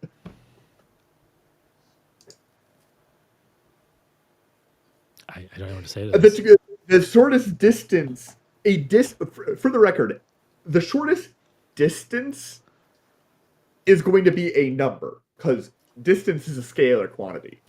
The shortest trajectory between 2 points would be the actual or path or curve. That's going to actually be a one-dimensional thing, which I guess you could call a space, but it would not be curved because a one-dimensional. I don't think you can have curvature in one dimension. I would be really pedantic and say, what if both points are occupying the same dimensional coordinates? Then there's no line. Well, that is zero-dimensional. Yeah. And, I mean... Maybe there's a gotcha in there. That's like, oh, it's not actually 2 points. It's actually the same point. Yeah. Maybe. Yeah. Because you cannot force your way straight through space. Even electricity, as it moves from a southern plane to a northern plane, it always goes northeast. Yo, electricity is not in southern and northern, okay? That's magnetism, okay? Magnets use north and south poles. Electricity uses positive and negative charges. Like, this is first grade, SpongeBob. This is literally an appeal to lightning. It's like, look at the lightning. It's not going in a straight line, so you can't either. Right? Yeah. In its direction. And magnetism, as it expands out, it goes southwesterly. And that's the spin. That's how you always know whether it's magnetism or electricity. It's the spin. Is it northeast or... Everything that he just said is so incomprehensibly wrong. I would love to see the exit survey from this audience when they're leaving the building. I would love to see it. Like, I want my time back. It's like, why was this guy hosted here? This severely damages the reputation of our organization. I want my money back, or I want a 6-pack of beer. One of the two. Poor Kano Listos. Right. What is on screen? What is this diagram? It's something magnetism spin. That kind of looks like the Death Star's readout of Alderaan when it was about to blow it up. Oh my god, it does. Yeah. It's like this is the trajectories of the chunks of the planet we expect once we blow it up. I don't know. We have opposing poles. We have north, south on the left, south, north on the right. This is planet Earth. I guess is a magnetic field. There's geographic North Pole and magnetic North Pole. That is one thing that this graph does or diagram does show, sort of without numbers. That is true. The magnetic North Pole and South Pole are not aligned with the geographic North Pole and South Pole. That's the thing, though, that this goes back into that, where he's grabbing factoids and diagrams that are probably on their own accurate, and he's just twisting them into his fever dream of a mathematical physical model. Yeah.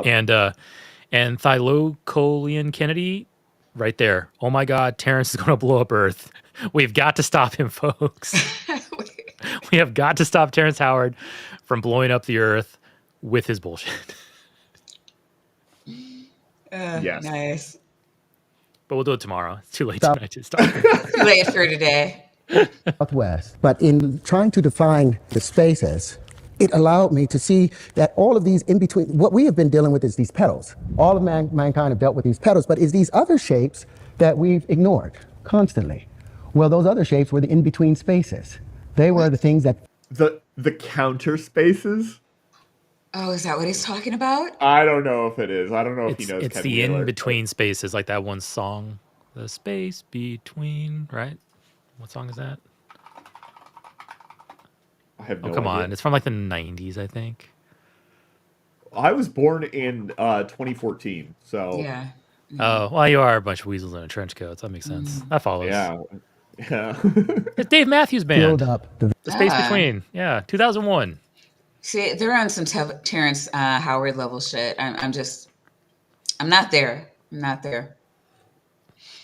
My puny little woman brain just can't comprehend all the... All you got to do is go to Terrence Howard's probably YouTube channel and just watch 3, 4, 5 times through it, and you'll believe. You'll just believe. Yeah. Or just be like catatonic, right? Yeah.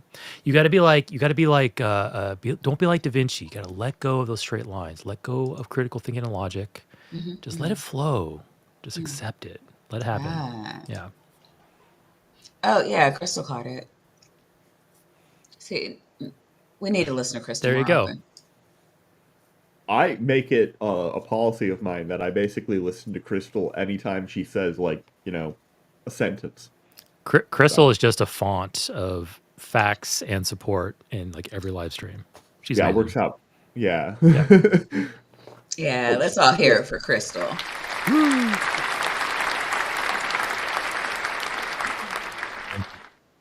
Moving on. Vacuum of space. And all these particles that I have, I think are the full proof of that. And it is also the full proof of the wave particle argument.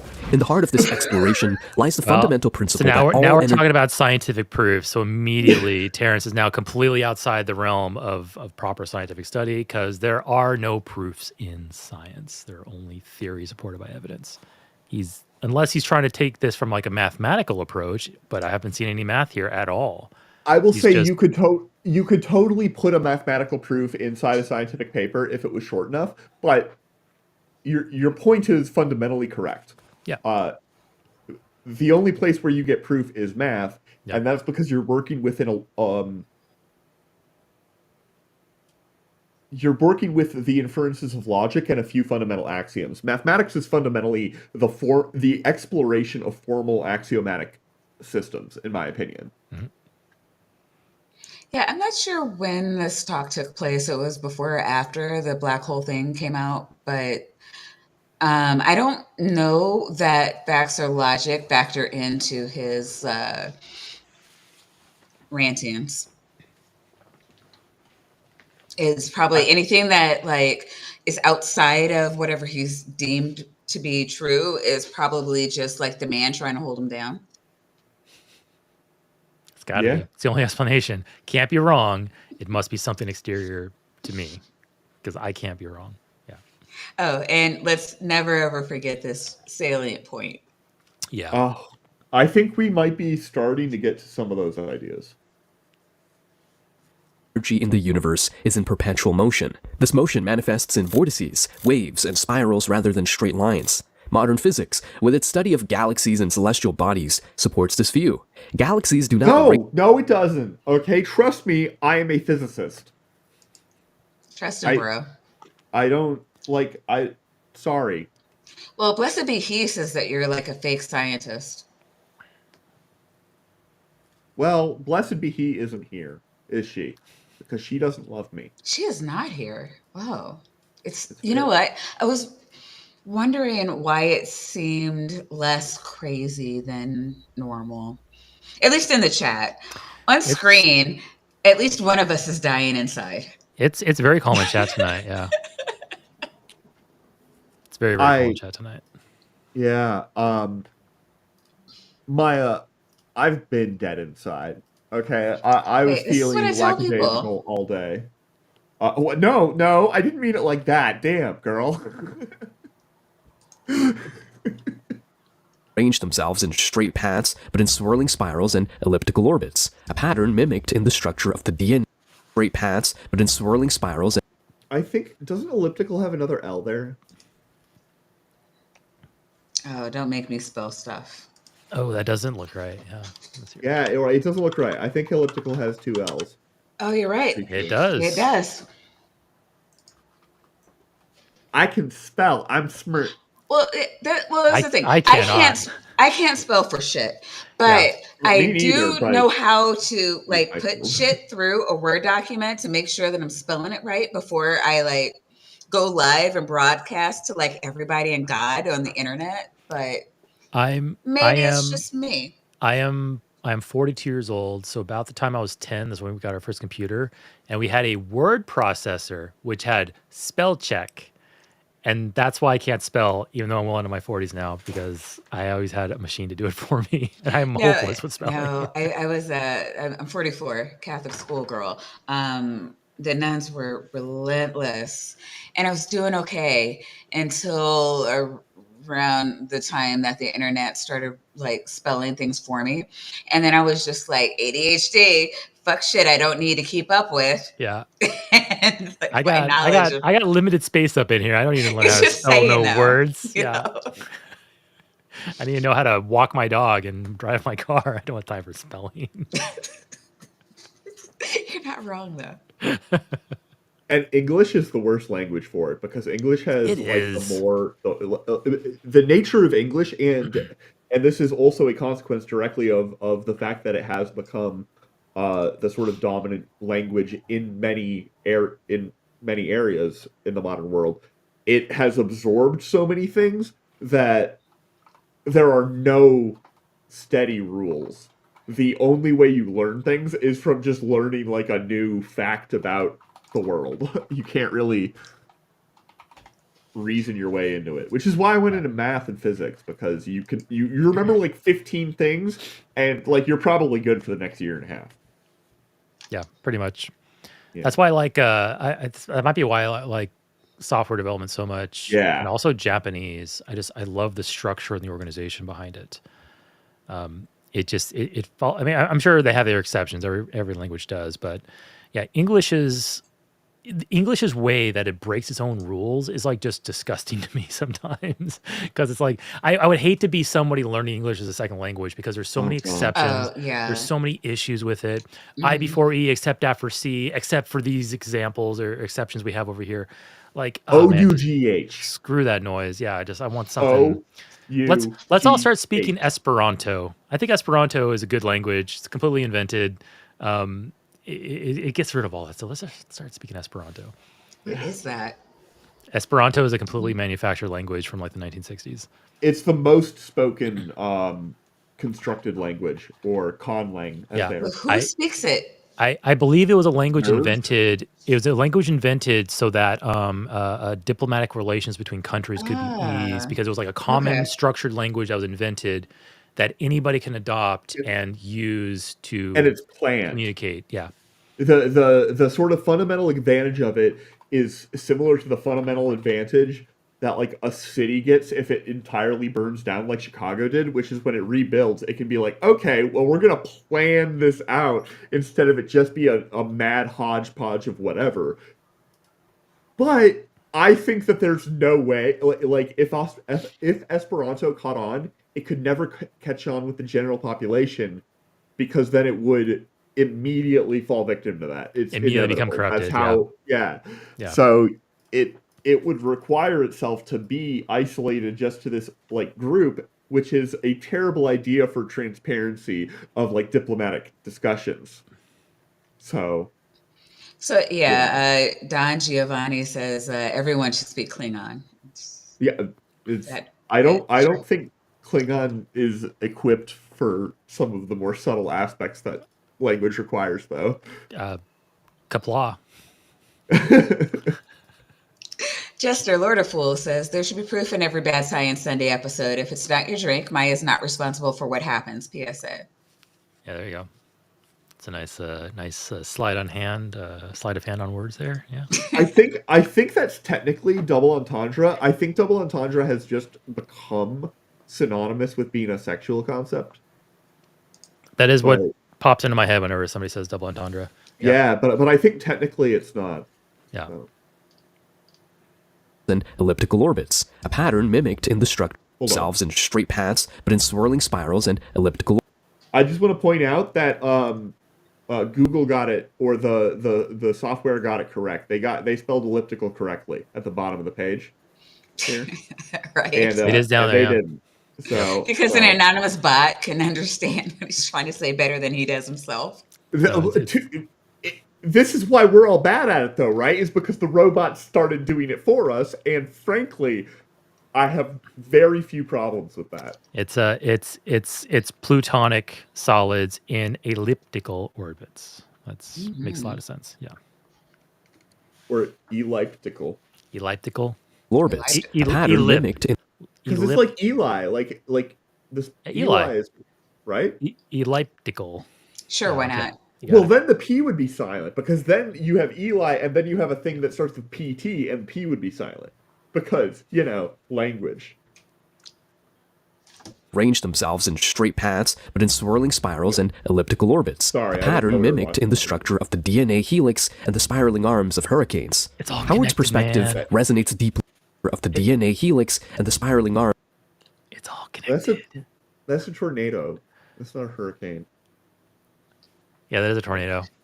That's a beautiful picture, though. Pretty cool. Well, this is an AI. Definitely AI generated. Yeah. Yeah, like everything about it screams that. But like it's kind of badass though. Badass. Arms of hurricane. It's an animation. Yeah. And it's objectively a pattern mimicked in the structure of the DNA helix and the spiraling arms of hurricanes. Howard's perspective resonates deeply with this view, suggesting a universal pattern of motion and energy that is.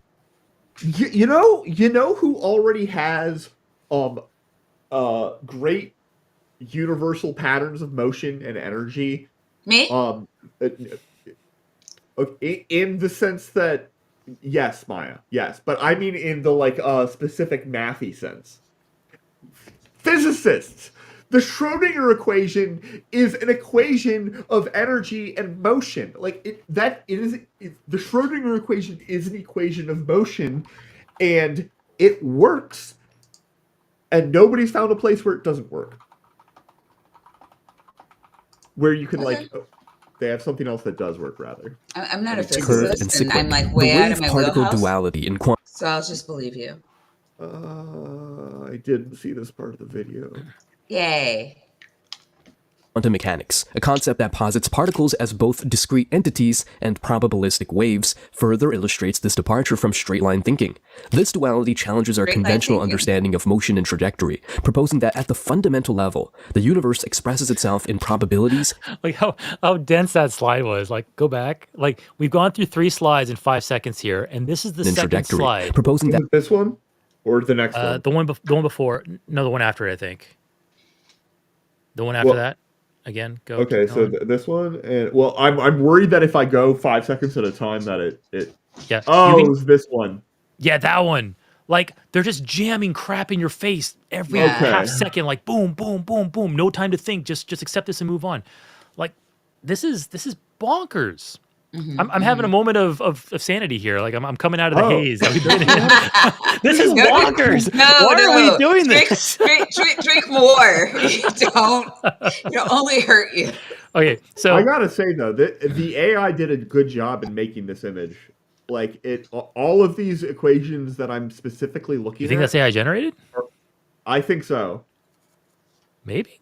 I think all of this has been AI generated. I think Terrence Howard knows all of these equations and he wrote them down.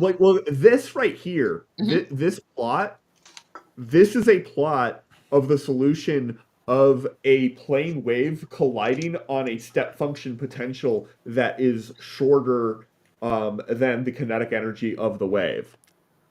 So there's a discontinuity here where it has to go over this thing.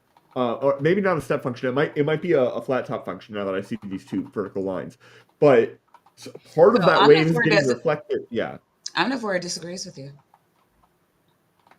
Okay. It may not be. But in that case, somebody spent AI does have a really hard time generating coherent text. For like the tornado hurricane image we saw earlier, like that's likely AI generated. AI does have a very, very hard time creating coherent. I don't know If because you prep it correctly, it doesn't.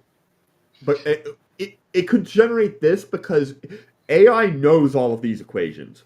Like I use ChatGPT, like I have ChatGPT like Plus or whatever, the premium version, and I use it a lot at work, for like coding and things. And also, if I need to like double check a thing, I will like simultaneously check Wikipedia and also ask ChatGPT to give me a rundown, because I'm also like I'm able to detect when it's being shitty and wrong. Yeah, I could be wrong. I could be wrong, but I believe ChatGPT and the other deep learning like knowledge algorithms, like what you're describing, I think those are different than the image generating AI algorithms like Midjourney and I forget the other one. Yeah. I think they're slightly different. Yeah, you can go to ChatGPT and say, "Hey, give me Einstein's equations," and it will likely give you Einstein's equations accurately. But if you go to like Midjourney, which is what I use to generate some of my stuff for my channel, and I say, "Hey, give me an equation of Einstein," it likely will have a really, really hard time giving you something that's coherent. So you know, I do remember that. Let's put that to the test. I'm gonna go do that right now. I'll let you talk there. Yeah. But wait, I don't know. So 3 months ago, Brie gave me a thing and I just labeled it like, feeding tapioca weasels after midnight. Jason Jacoby actually posted. So I just thought it was just like numbers and a thing. Jason Jacoby made a response that artificial intelligence can't draw hands, but it knows the differential equations behind a wormhole. How the hell does that work? And I too was surprised because one, I do not know the differential equation of a wormhole. I did notice that it couldn't spell weasel right. So I don't know. It has hits and misses. Yeah, I'm telling Midjourney. This is the image. I'm telling Midjourney right now to generate me Einstein's energy conversion equation. So it'll take a few seconds because it's slow. Yeah, no worries. Because I don't pay the big money for the. Yes, it's this one. So. Thank you. No, actually, this image also is actually. I think this is confirmation of what Eric is saying. Mm-hmm. Look at this. Look at this equation. It's gorgeous. It doesn't. None of those are recognizable symbols. Yeah. Okay. Except for that horizontal line. Certainly not for me. Yeah, but they're not for me either. None of gotcha. This here is. It looks like it when it is. The only thing on this entire thing that actually is like using symbolic stuff correctly, the circle is. I mean, it's a circle, so that's kind of nice. Is the word weasel? Kind of though. It's the only thing. So it actually does not have any of these equations that I recognize. But it also could be bad handwriting. Because like I can tell you because I use Midjourney to create my stream epistemology thumbnail, and I told it a billboard, like a street billboard with the name Skeptics and Scoundrels on it.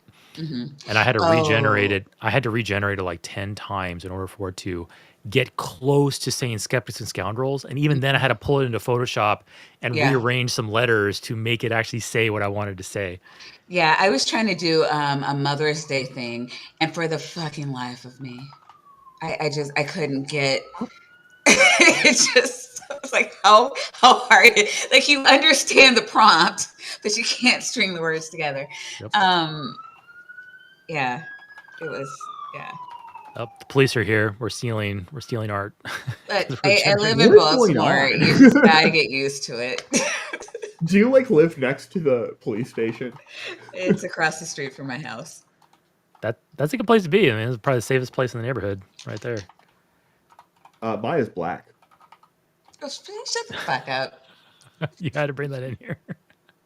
I was just saying, as far as cops go, Like, did we already do the part where like your ancestors used to own my ancestors, and you haven't put in any goddamn reparations in the fucking live chat? Do you mean tonight or do you mean Tonight. ever? Tonight. What have you done for me lately? Huh? I pressed the play button. Press it.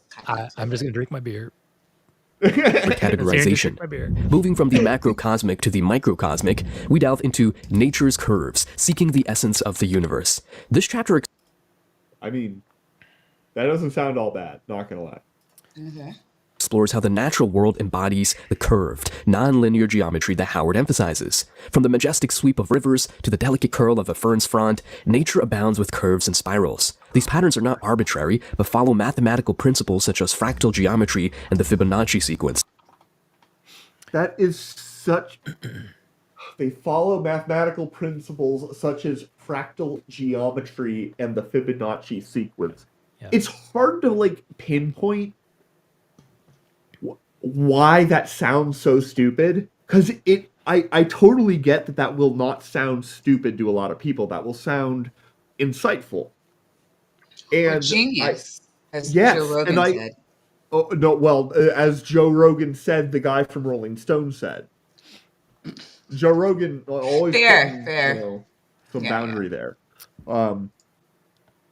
So Tap, I just sent you a link on private chat to my AI generated image. All I gave Midjourney, I gave it the keywords Einstein's energy conversion equation. Nitty, just if you're gonna be so late, don't even bother. Just go to sleep. Hey Nitty. Yeah, we love a good Nitty here. Yeah, Nitty's awesome. Nitty, what do you call it? Anyway, Nitty I don't know if I don't know how much time we have. Yeah, there we go. So anyway, I typed in Einstein's energy conversion equation. The way Midjourney works is it generates you 4 images, and then you can start doing upscaling and variations of a selected image. But if you zoom in to a couple of them, you'll see some equation-y looking things. I'm willing to bet it's all gibberish, and you'll have to tell me because you're the physicist. Yeah, I can't. The images are beautiful. Like the images are beautiful, but the writing is nonsense. This right here, like this is nonsense. This is nonsense. This is a 3, but it has a penis. That looks like it's a called child's drawing. Tap. It's called a 3-ness.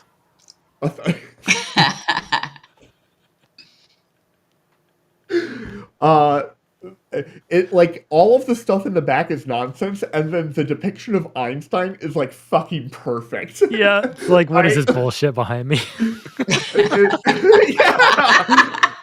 Oh my god. Yeah. Like he's got all the coincidentally, that would be Einstein's face if he was listening to Terrence Howard giving a speech. The face is great. The hands, not so great. Like this is kind of a funky hand. Yeah, Midjourney has a problem with hands. Yeah, like it seems to be the hardest thing for AI to do is hands. Yeah, hands and text basically. Yep. And eyes used to be really difficult for AI art, but man, eyes have gotten really good. Yeah. Yeah, they're like that's not true anymore. Nowadays they're great. it's getting scary good. Like we're gonna get to a point where basically photography evidence will not be admissible in court because it can just be generated. Like it's going to happen. Yeah, unless or it has to have like metadata and it has to have provenance basically. $3. A native atheist says reparations, and everybody's paying them except for you, you goddamn slacker.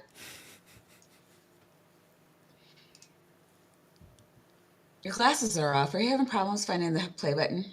Yes. Actually, yes. Hold on. Wait. Where is there it is. The Terry Nachi sequence. I love it. I mean, it offers an insight to the infinite geometry of fractals too. It doesn't need to be in nature.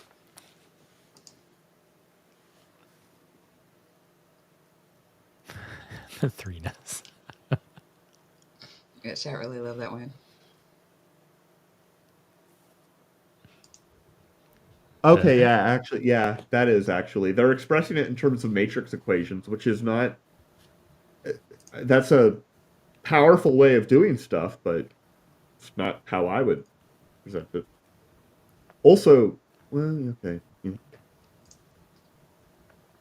Sinister Porpoise, she's got it right. It's hilarious how someone could be so confidently wrong, and that's the funny thing about it. It's okay to be wrong, and like I'm gonna get serious here a second. It's okay to be wrong about something. I say wrong things all the time. The question is, once you find out you're wrong, what do you do about it? Or rather, take a step back. Do you even entertain the possibility that you're wrong? And if you do find out you're wrong, what do you do about it? And I don't know Terrence Howard. I don't know what his mental state is. I don't know whether he's legitimately insane as Professor. Oh no. He's spouting so confidently and so effortlessly. And it just raises the question, like, what is his mental state? Where is he getting this from? Why hasn't anyone stopped him? Because if he had people in his orbit that cared about him, and people in his orbit that cared about his reputation and his mental health, I think somebody should have stopped him by now. And it could be that anybody who has tried, he's removed from his circle. I mean, that's always a possibility too. Like I said, I kind of tongue-in-cheek said, George Lucas with the prequel trilogy. I don't know if any Star Wars fans here, but one of the reasons why the prequel trilogy was as bad as it was because George Lucas was just unchallenged. Either everybody was afraid to challenge him on things, or people who did, George Lucas removed out of the workforce because he didn't want to be challenged. But either way, he's missing some type of check and balance in his life, and that's why he's gotten to a point where he's on Joe Rogan just like spouting this shit, and he's got lots of people saying that you're spouting shit. Hopefully one day he gets a reality check, but I don't know if that's ever going to happen. But yeah, anyway, serious moment over. Get back to drinking. I couldn't agree What more. happened? I think it's What really happened? Am I the only one here? No. No, can you hear us? Can you hear us? It says recording. Yeah. What happened? Wait. Interesting. Okay. Uh-oh. I wonder what chat's seeing. Hey, can anybody hear us? You can hear me, Maya, right? I can totally hear you. I assume so. Can anyone hear me? Yes, and we hear and see you. But Okay. We do not. I don't see either of you guys. I see nothing but blank screens. Weird. I see Maya's avatar, I see Tap's avatar, and I see Tap's avatar down bottom. What happened? I don't know what's going on. Hold on. This is the second rant that's been interrupted tonight. I'm beginning to feel like targeted here. No, your rant was I might have to heard. reconnect. He can't hear you at all. Oh no. I know. But I keep on saying that. Because it could be like these things are unpredictable and it can revert to whatever. I mean, like it randomly hiccuped and Hey, there we go. I'm back. Can you hear us now? Can you hear and see us? Did you hear me the whole time? Yes, we could hear and see you without interruption. Yeah. I was literally, it was just me, and I was in an empty room. Like both of you disappeared. It was just your avatars, and I was just like talking into the void. And for a moment, I thought I disconnected. No, it was I've never seen that before. What happened? Oh, that's so weird. The only thing that happened was you could no longer hear and see us. There was a stutter during your rant. You used the word. And that's clearly when it happened. But that was like 5 seconds, maybe. You're over. Like everything you said came through perfectly clearly. Yeah. Okay, that's so weird. So you guys were seeing me perfectly, but I could not hear or see you guys. All right, that was weird. I must have sounded like a crazy person there for a second. Because I didn't want to put any of my comments in the private chat because I didn't know what the fuck you were saying. So I started. It's like what the hell is Eric talking about? Is he losing his mind? Did Terrence Howard finally get to Eric? No, we were immediately like, this is a weird technical difficulty. That's a new one. It's a step up from a straight up computer crash, so I'm fine with that. I don't mind it. Yeah, I'm going to blame the closest weasel because that's what we do here. But also for $10, Regios correctly stating this stream is brought to you by technical difficulties. Yeah. Because you're not a real streamer if you don't get them from time to time. Yep. I did a stream a month and a half ago. I was prepared. I had all my windows open, had all my notes. I was sitting there ready.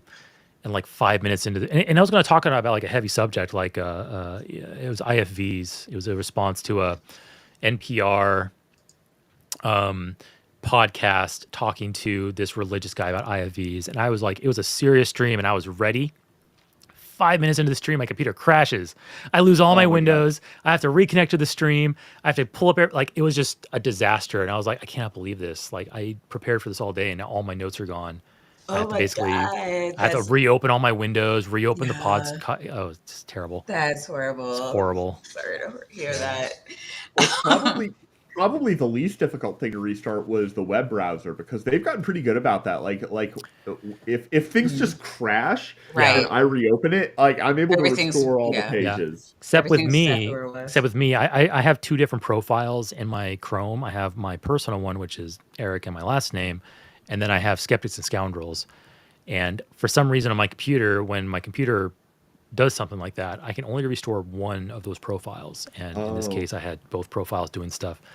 It was really, really bad. Yeah. Sinister Porpoise wants to know if you've considered upgrading to Linux. Sinister Porpoise, I'm a software developer. I'm a DevOps engineer, and I do like Linux. My last job, she loves Linux, swears by it. I use Linux a lot, but now at work I'm a Mac user because Mac is Unix based, and it's company managed and stuff like that. But no, I love Unix. It's great. I prefer Ubuntu and Fedora. I think Fedora's UI is just great. The UI is called GNOME, but yeah. Anyway, I have considered that. So yes, thank you. I only run Windows because I'm also a gamer and I need to run games. So yeah. At the lab, we have a policy that everything has to be based on Windows Vista. Vista. That's a joke. Holy shit. I thought of the worst operating system I could. Vista was garbage. Or Windows Me. I have Vistas on my shelf over there. I actually bought it and I ran it for about a week, and then I jumped back to Windows XP because I was like, nope. Wow. Yeah, you're like, damn. It was hot garbage. Yeah. Oh, we The love hot proportions garbage. of the human body. Yeah. These Just patterns not, reveal a but hidden. not Windows. Like, what do you call it? Was it XP? Yeah. Yeah, XP was solid. XP was pretty good. You're not okay. What were we that was the one that lasted well. What was the one you were talking about that I already erased from my memory? Windows Me. Windows Me was bad. Vista was terrible. I never used Windows Vista replaced Windows XP. Vista. Yeah, Vista was horrible. Yeah. Windows 7 was solid. I miss it. Yeah, Windows 7 was excellent, as well as Windows 10. So it seems it kind of follows like the Star Trek model, where like every other movie is good. So yeah, Me was garbage, Vista was garbage, 8 was garbage. Yeah, I wasn't. And then 11 is pretty. I much wrote garbage. 7 into the goddamn ground. I was not trying to give that up. Yeah. Yeah. There's still in the medical industry, and also like I used to work at an airliner doing software development, and you'd be surprised at how old some of that software is on like just the browsers, because most like I wrote software for like airplane maintenance, like for when to switch out parts and things like that. And even just 10 years ago, all of our stuff had to run on like Internet Explorer 6, which itself at that point was a 10-year-old browser, because airports and schools and medical facilities and government agencies, they just refuse to upgrade if they don't have to. So there are still there's government systems that are running like 40, 50-year-old software at this point, and they're like, it still works. Why bother changing it? And yeah, it's crazy. It's nuts. Comparatively unhackable. Like it's been around for and it's so basic. Lost knowledge. You don't have. There's lost knowledge, but also you simply don't have all the degrees of freedom that you have with modern software systems, which are a lot more capable, but come at a lot more complexity, which means there's always more little cracks potentially. Yeah.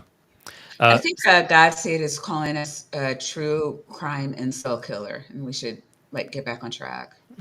Fair. In order in nature. One last comment. Sinister Porpoise, she just dropped a really good comment.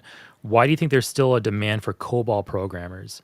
So if you are a software developer or you want to become a software developer, no joke, learn an ancient language like COBOL or BASIC. Become good at it, because there's so few of you left in the world they will throw gobs of money at you to maintain old systems because it is truly becoming a lost art. So yes, Sinister Porpoise, she's right on the money there. What the fuck is Pearl? And we are so off track. Oh, Pearl is ignore Pearl. Pearl is Gotcha. Play button. Pearl is a language that Terrence Howard would invent. Pearl is insanity. Loosely typed language, Pearl. You get that out of here. An order that transcends the straight lines of Euclidean geometry. Howard's perspective on the absence of straight lines in nature aligns with these observations. By recognizing the curved and recursive patterns that govern the natural world, we gain insight into the essence of the universe. These patterns are not mere coincidences, but are reflective of slide after slide after slide. Give it to me. Just deeper overload my universal brain. principles that govern the growth, structure, and movement of everything in the cosmos. As we delve deeper into this exploration, we prepare to encounter a concept that further challenges our conventional understanding of mathematics and its application to the physical world. Terrence Howard, in his insightful speech, introduces us to a fascinating aspect of this hidden order, the concept of mathematical loops. This intriguing idea, exemplified by the looping behavior of the square root of 2, weird. reveals an unexpected go back to the Terrence Howard slide. They couldn't get 3 pictures of him. They had to just flip the one picture. Oh, he's an actor. You can't find 3 pictures of Terrence fucking Howard. Oh my god! How lazy are you? Got Platonic, elliptical, and now we have this. I don't. Good grief! Got to crank these videos out. It's YouTube content. Got to crank it out. Don't think, just produce. Introduces us to a fascinating aspect of this hidden order, the concept of mathematical loops. This intriguing idea, exemplified by the looping behavior of the square root of 2, reveals what looping behavior of the square root of 2? God damn it! I was just about to ask you that. You have to answer it. You're the physicist. So, here is the best I got. The best I got is that and I knew this even though it's on screen. Yeah. The square root of 2 is 1.41428, I think. Like it's something like that. And it's like kind of neat because it does 1-4 and then it repeats 1-4 again. But it doesn't keep doing that. Like the pattern breaks and then it does other stuff because it's an irrational number. So it literally only has this pattern like right here. The square root of 2 is an irrational number. That means it does not have any like infinitely repeating chunks. What are we doing? We are spending $5 to take the stream off topic. Pearl, nickname, pathological electric rubbish lister. Eclectic, I'm sorry. Did I say ecliptic? What did I remind some? It's I don't know. Like Terrence Howard has got my brain off. No, that word, the word eclectic, is like a word that I always get wrong because I want to be. Every fiber of my being is like, that's the word electric because electric. Did I say electric? Brain. That would make sense. It's an unexpected and seemingly paradoxical nature of mathematical operations. How I treat you? Is Eric still here? I don't know. Oh, maybe he went to get more alcohol. I mean, these are, Are you back? Did you bring booze? I brought more booze. I brought some beef jerky sticks, and I also had a bio break. So I am all fresh and ready to go for another 2 hours. Yeah, let's do this. Right, let's do this. Yeah, let's do it. So I was actually going to say earlier, I've been doing I'm on keto diet right now, so I'm drinking low carb beer. So I'm like drinking like junk like this, lower light, and so anyway, yeah, it takes several to get me inebriated enough to enjoy this. I'm nearly there though. This is like my 3rd beer tonight, 4th beer tonight. Right? Not that I don't enjoy the company, it's the subject matter that's just like, yeah, but it's good stuff. Yeah, no, yeah,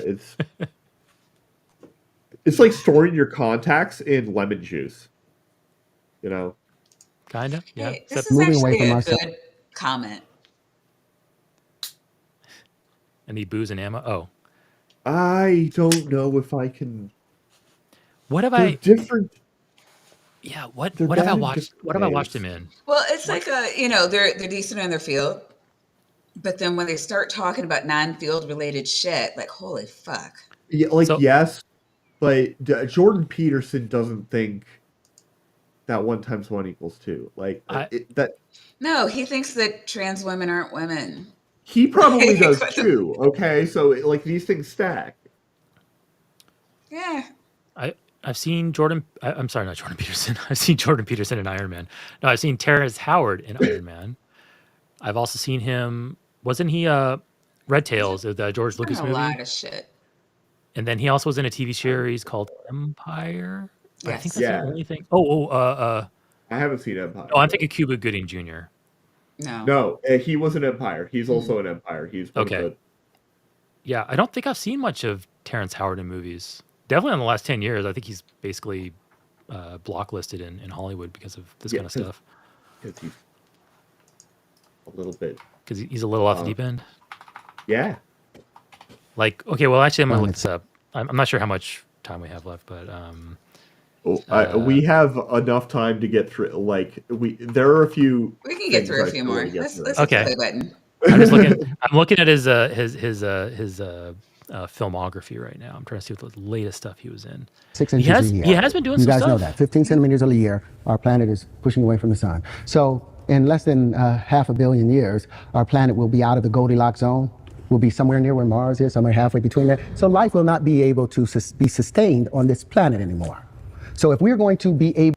Oh no, we're going to be in trouble in 500 million years. Whatever will we do? I mean, yeah, that would be horrible. But we're already talking about terraforming life on Mars. So like, we have the ability now to control our environment. It seems like if we move out a little bit, we could. But if everything's a series of vortexes and we're getting drawn in like toilet flushing, are we supposed to be getting closer to the sun? Like what we said earlier? No, we're getting further away, and this is a general feature of how orbits develop as a consequence of the exchange of angular momentum between bodies. And at the same time as we're getting further away, we'll also eventually become tidally locked. Right, but we'll probably get fried because the sun will be dying and go zappity zap zap. Yeah, being tidally locked is actually much worse than being halfway to Mars. Yes, yeah, because you could the only like areas that would be remotely habitable would be in like a small ring around the very edge, and it would be basically like perpetual twilight. Yeah, it would be I wouldn't mind that. I like Twilight. To sustain ourselves. Not the same thing. But these are long-term problems. Like, so people, I don't think people appreciate. You should spend literally 0 time worried about any of that. We would be able to terraform Mars in that amount of time, and terraforming Mars is a stupid idea because it would take forever. But I mean, yeah, no, it's a horrible idea. I do agree with that. But we do already know how we could do it if we were willing to spend the money and resources on it. So by the time that it took from like now until Earth got to Mars, we would just do those things here. And it would be a lot cheaper because we would be slowly doing it but we should worry about I don't know, having a god kickball the Earth into the Mars orbit because that's scarier. I don't know what he's talking about. It would solve global warming. And we're just saying if we needed to worry about that, and we don't. I don't know why he's bringing it up. I don't think he knows either. He has the floor, and he's just, words, mouth, brain. I would. They're supposed to be connected. I would pay good money. I would pay good money to have an insight into the thoughts of the gentleman staring the stage with him right now. Like, just what is going through that guy's mind right now. Right. I love that look on his face. I'm gonna take a. Into this, can I? I'm gonna take a. I'm going to take a wager that the two things going through his head is, how the hell did this happen? And oh God, I hope this doesn't like become part of my resume. Oh, good question. Is Mars technically in the Goldilocks zone?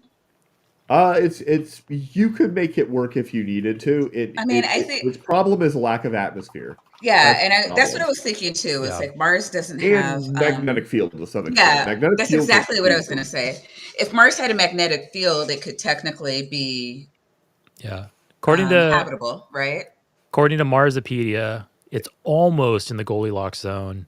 Yeah, but I think off the cuff, also its mass is insufficient to hold a thick atmosphere, and also its magnetic field is too weak. If I feel like because one of the reasons is the solar wind strips it away, the atmosphere. Right. If it was more massive, it's significantly less massive, like significantly less massive than Earth. But if it was more massive, it could hold on to that tighter. And if it had a magnetic field, it would block a lot of that solar wind, and it would be able to hold on to an atmosphere. But those are if you give humanity, which invented the printing press less than 600 years ago, if you give us, we invented flight less than 125 years ago. If you give us literally 3 million years, it always look on the bright side of life. As a species, we have to become interstellar. Not just interplanetary, you have to become interstellar. But with approximations, you cannot become interstellar. You cannot become interstellar with a point that will take you all the way over here with a straight line when the actual event is taking place over here. When you're going 600 quadrillion miles, you can't make a mistake. You need precision. And that's what the math is about. But all of these wave you need the ability to steer while you're driving. That's what you need. That's like saying that you can't use the interstate because you wouldn't be able to just set a speed into a car without a driver and just let it go because it would run into the side of the road. Yeah. Thanks, Elon Musk. Promised us autopilot and failed to deliver. So, the autopilot on the Tesla is pretty good. I'm not gonna lie. I don't have one. I desperately want autopilot to become a real thing, like level 5 autopilot. Oh my God, it's coming. It really is. I don't trust Elon.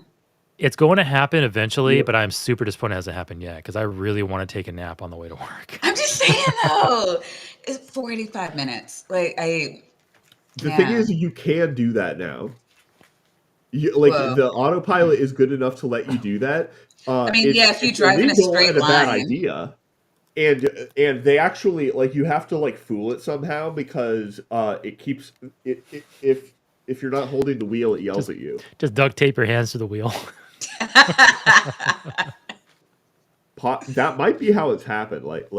Folks, don't do that. That's really fucking illegal. Don't do that. That's a joke. It's a very bad idea. It's a very bad idea. But autopilot it's no longer science fiction. I think all of these states. No, I'm sorry. Go ahead. There's another rabbit hole to go down. Forget it. Forget it. All of these things. There's time. It's time for that to be changed now. We have changed all of our buildings to be aerodynamic. Our airplanes are no longer based on a two-dimensional Euclidean way of life, but our math is still based on a two-dimensional way. And my two-dimensional Euclidean way of life. I'm sorry. He said that not phrase. Us, right? That phrase is so bizarre to me. What are these equations?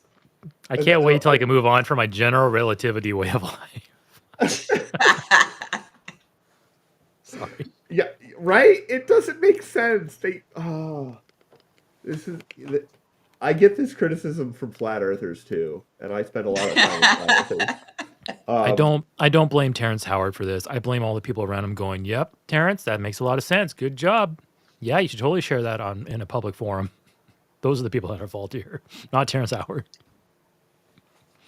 Right. What are these equations? So I don't know exactly what this one is. This could be, I think it's a Lissajous spiral. This looks a lot like a particular spiral that used to be used a lot in some type of weird like antenna theory or something, but nowadays you have computers. This, I don't know, looks like the weird decomposition of a cycloid and how like circles get bigger. This is just an ellipse with some... Is that the masonry sign? Let's say yes. Okay, so this Sure, is, why not? it's sort of... I can't remember what the masonry sign... I don't know what this is other than what you see as well, which is, a circle with another, protractor thing and some stuff. This here, and possibly this here, and maybe this here, these are poor attempts by the AI to draw the ray diagrams that you get from a parabola, because all of these incoming things should reflect off of it, and they should all intersect at a point like here, not at the actual vertex of the parabola, because this point is called the focal point, and this is why you use parabolic dishes to capture light, radio waves, microwaves, things that are coming at you in a straight line. Use a parabola because it all focuses it to the one point, and then you put your detector there. So you would use these if you're expecting your audience to be too stupid to realize that. Maybe I could be wrong. Yeah, but like, because they don't intersect here. They would intersect here, and so and there's a similar definition for hyperbolas, which this is a hyperbola, Yeah, the first one, now that you're saying that, I'm like, oh my God, you're right. I have no idea what that, well, I guess so that would be the sixth one. Yeah. The seventh one, I have no idea what that is. The eighth one, I feel like I've seen that in algebra class. Yeah, this is like the equation 1 over x. Like y equals 1 over x. If this is the origin depicted by the O, then each tally could be 1 over x squared is what it, I think, would be, is 1/2, because this point is on the diagram and this is at the point 2, 2 on the sort of thing. And then this point here is point 4, so it's 1 over x squared, according to those 3 points. Gotcha. And then if you tilt that, but anyway, let's play. I think in order for us to reach the future, we have to examine that. Do you guys know about loops in math? Do you believe in loops? Do you know the square root of 2? Do you think that's a loop? Do you believe that the square root of 2 is the square root of 2? I want y'all to take out your phone for a minute then. We're going to do one thing. Put it on the calculator and turn it to the side, so you can get all the long numbers out of it. Now I want you to put in 2 and square root it. 2, hit the square root. All those people are humoring him. 1.414213562. I would humor him too. I'm not going to lie. Like, you would, but you enjoy talking to Fleur, so like, it's different.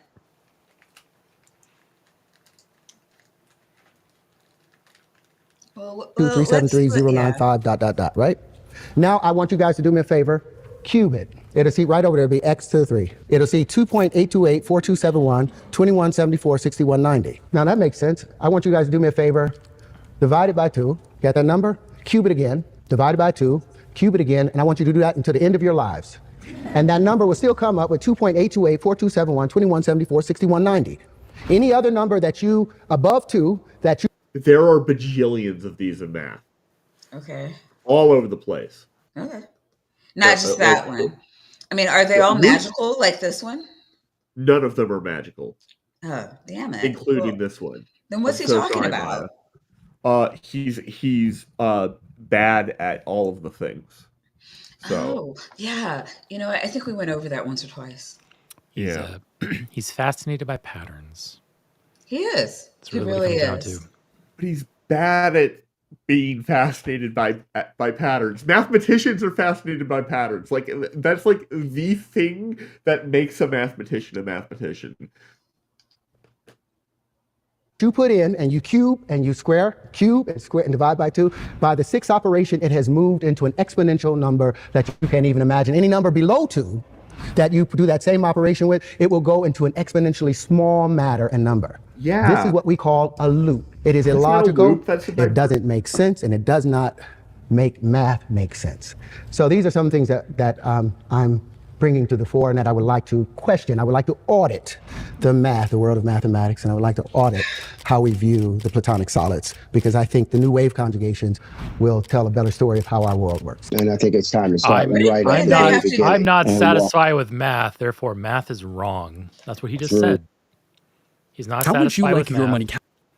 He's not satisfied with math. Math doesn't explain these patterns to him in any sufficient manner, therefore it must be wrong. Well, I mean, in fairness, this is how most of the people we cover justify their batshit crazy theories. Yeah. Look, I don't like the science, therefore it's wrong. Yeah, but most of them are more circumspect when it comes to math. Even the ones who say you shouldn't use math don't necessarily say that the math itself is wrong. It's saying that it doesn't apply to reality, which is slightly different. It's not just fundamentally not understanding what multiplication is, right? You're just not going to get over this 1 × 1 = 2, are you? No, I'm not. Calculated. A nickel times a nickel equals what? A nickel is equivalent to 5 pennies. Then a nickel times a nickel should also equal a quarter. A nickel times a nickel, according to the calculator, is point. Oh, God. I don't think you understand how dimensions work. No. It'd be 25 cents squared, and I don't know what a cent squared is. It's not a thing. That we don't... Yeah, I don't understand. I remember seeing this and wondering, why are we using money? Because the absurdity becomes less obvious to the people who don't have that "wait, what" reaction. And that fundamentally is the gut reaction that separates people who fall for these things from people who don't. Because people who fall for these things, they don't have that "wait, what?" That's not how math with money work. What does 5 cents by 5 cents mean? What? So there was a long time ago, there was a recording of somebody on the phone with their cell phone provider. This is gold. And they are, and this, do you know what I'm talking about here, Tapioca? I do not. 0.005 cents yeah. So basically, so basically, somebody was on the. This is back in the day of being charged per cent for kilobyte of data transfer over your phone. This is 15 years ago. So anyway, this person, the person was on the phone. The customer was correct. They were disputing a bill, getting a huge bill for this certain amount of data that they used on their phone. But according to the fine print of the contract, the fine print had a typo. Instead of $0.02 per kilobyte of transfer data, it said 0.02 cents of a cost per transferred 1 kilobyte of data. Oh, okay. So basically the contract confused the units, and the customer was correct. The customer was basically saying, you're charging me 100 times what the contract says I should be charged because you've got these units mixed up. Right. And the customer representative on the phone refused to acknowledge it. And I think it was legitimately the customer representative didn't understand the difference between dollars and cents as a unit. That $0.002 is different than 0.02 cents. Because they were reading the same piece of paper. They were they literally the same words. Language. That was the thing, is they agreed on the language. It wasn't like the customer representative was saying, no, this meant dollars. They were just saying, yeah. Yeah, it was basically a mix-up of units, and for some reason, and the call service or the service center person just didn't understand math. But if you bring back up the video we were just looking at with the dimes. Oh, yeah. or not the dimes, the nickels. We So- got to finish this segment, by the way, Maya. Okay, Like, Yeah. okay. we have to. So, I think we're getting. Go get to ahead. the point. Get to the point where it shows 0.005. Yep. Why is They're so here, right here.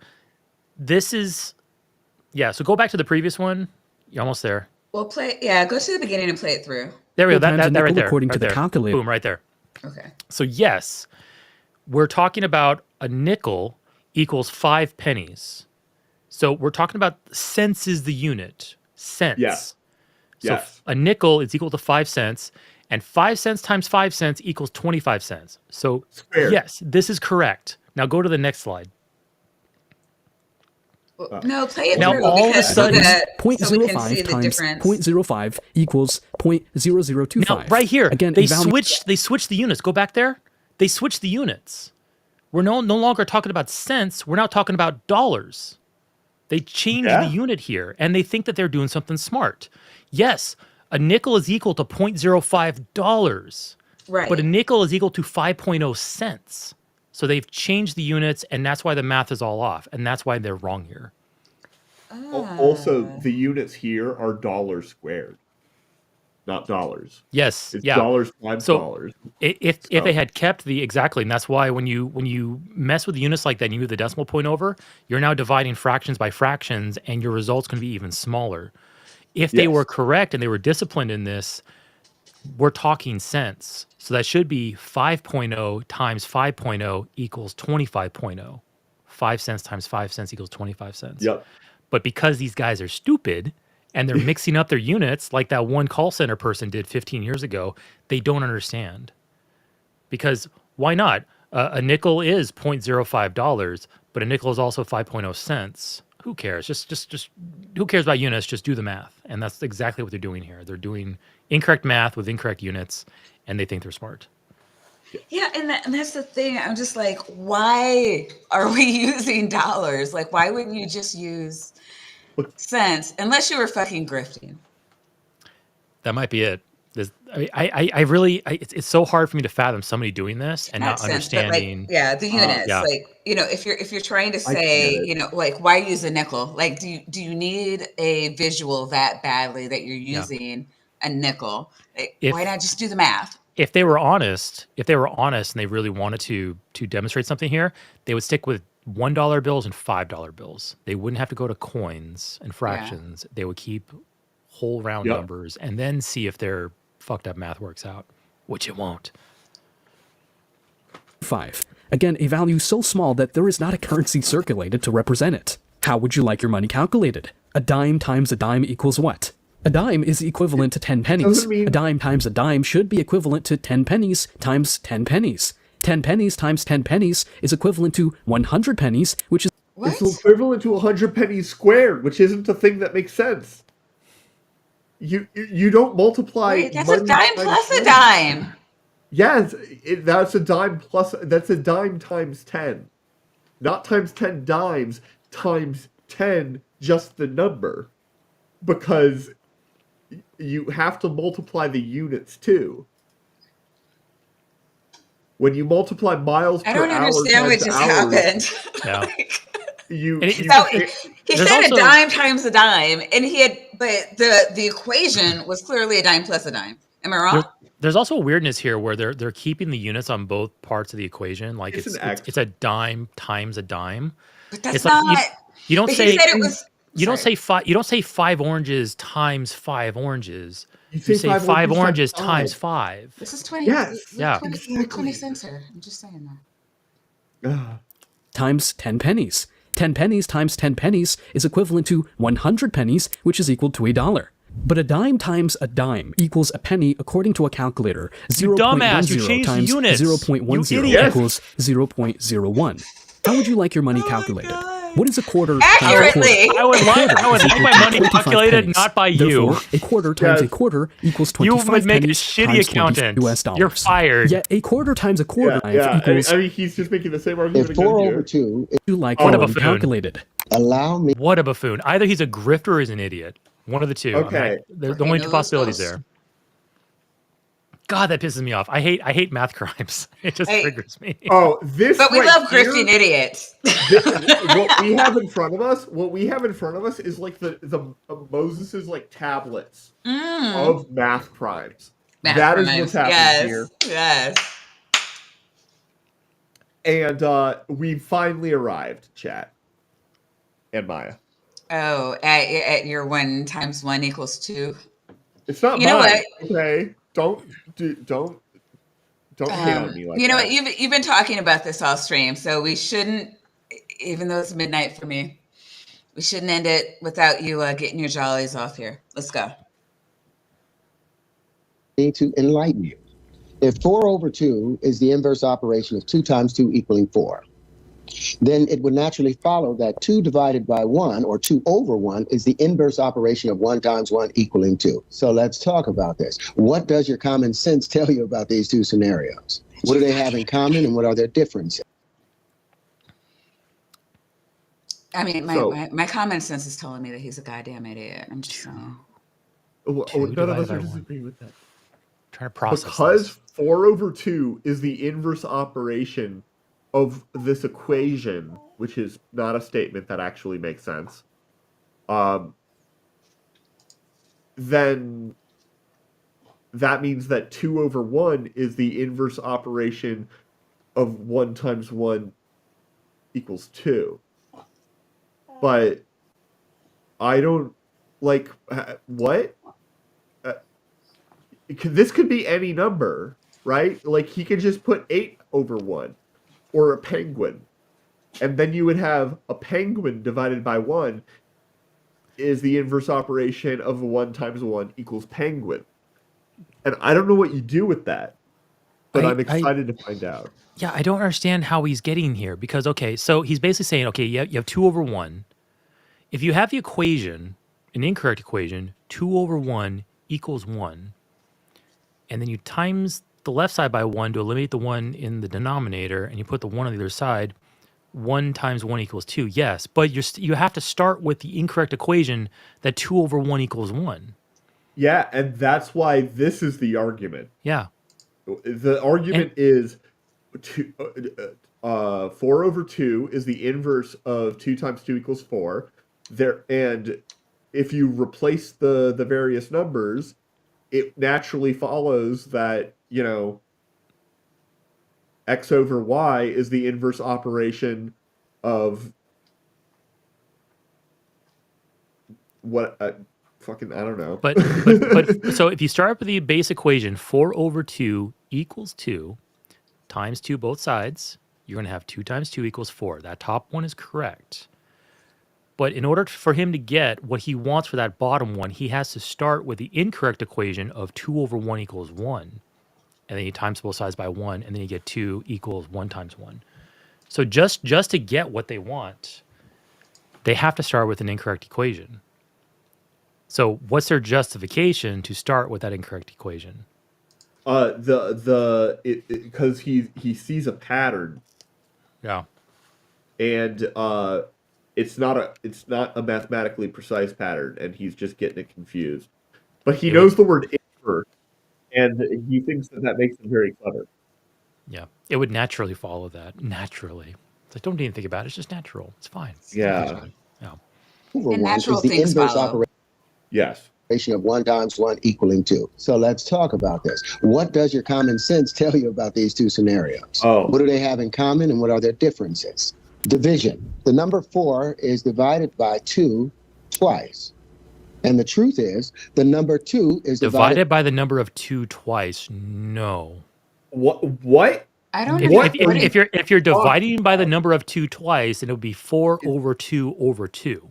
That's or completely 4/2 equation. squared. Like they'd be equivalent, but your way is better. It's more clear of it being a sequential thing. So already he's messed up even explaining the equation. Maybe it's on purpose. Yeah. Maybe they're trying to mislead you. By 1 twice. I like this. Proof of that, if you had $2 and split it between 2 people, you would have to give each person $1 in order for it to be even. In addition, 2 + 2 = 4, and 1 + 1 = 2. Subtraction, 4 minus... Okay, so to be clear, it could get worse. he could disagree with 1 + 1 = 2. I will posit that is worse. Okay. Minus 2 = 2, and 2 minus 1 = 1. Multiplication. 2 times 2 = 4, and 1 times 1 = 1. Does that make sense to anybody there? Yes. Does that seem like it? Makes total sense. Yeah. What's with the glamour shot? What the fuck? What does that do with anything? They're giving him a glamour shot because this is his magnum opus. No, Trust you have to Does that make trust sense to Terrence anybody Howard. there? He's good looking. Does that seem like it's following? No, it's the Nikola Tesla effect. You got to show his face while he's talking, so you know that it's real. Oh my god. He's got to look more over his shoulder and downwards. Oh, and yeah. then kind of like look up at you from stormy eyebrows. We give me some pouty Shannon lips. Pouty Shannon lips. Of congruency. I mean, can you see where the mistake has occurred? Both of these scenarios are identical in every way. The only difference exists in dimension alone. No, the difference exists in the definition of addition versus multiplication. You absolute buffoon. Yeah. What? I think Terrence, Terrence, I think the mistake was your handler let you onto that stage. I think that was the mistake. Divide according to the same ratio, then they must also multiply according to the same ratio, plain and simple. If 2/1 is inconsistent with 1 times 1 = 1, although 4/2 is consistent with 2 times 2 = 4, then it should follow that 2 squared = 4, which it does, and 1 squared = 2. Yet the math and scientific community tells us that common sense and logic are wrong in this case because of a product of an arbitrary convention called the identity property. Let's discuss. Oh my God. I feel like, oh, thank God we're at the end. I was just about to say I'm hitting my breaking point. Like I have the barriers and the defenses I have up, and just my constitution and my resilience versus bullshit. I was like, I'm doing so well all night. I'm like, I'm feeling at my breaking point, and then it shows the thumbnails for the next video. I'm like, oh, thank God, I made it. Right? I didn't go completely insane. Oh, yeah, right there. We're so close. Thank God it's over. Oh God. And it was like we won't keep going. You've seen the highlights. Yeah, I know. I mean, the whole video was really crazy. Kudos to Dr. Tap for jumping over. I don't even know what to say. The bullshit, because like, was there a point where there wasn't any? The bullshit. Like Here's the cool thing. Like, so I watched Professor Dave's video, and that was the Joe Rogan interview. Mm-hmm. You did something special here. You made me think that we were going to go over that, and then you gave me something completely different. Like, that was amazing. I actually, as painful as arduous that was actually quite fun to trudge with you guys. Like, man, I feel like I just like walked through like knee-high mud for like half a mile, and my shoes are gone, my socks are gone, my pants are soiled. But I don't know, for some reason I feel like I've accomplished something. It's really, really weird. What doesn't kill you makes you stronger. Doing that. Yeah, I feel like I'm a stronger person. Thank you so much. Welcome to the wonderful world of cringy bad science on Sundays with Maya and Dr. Tap.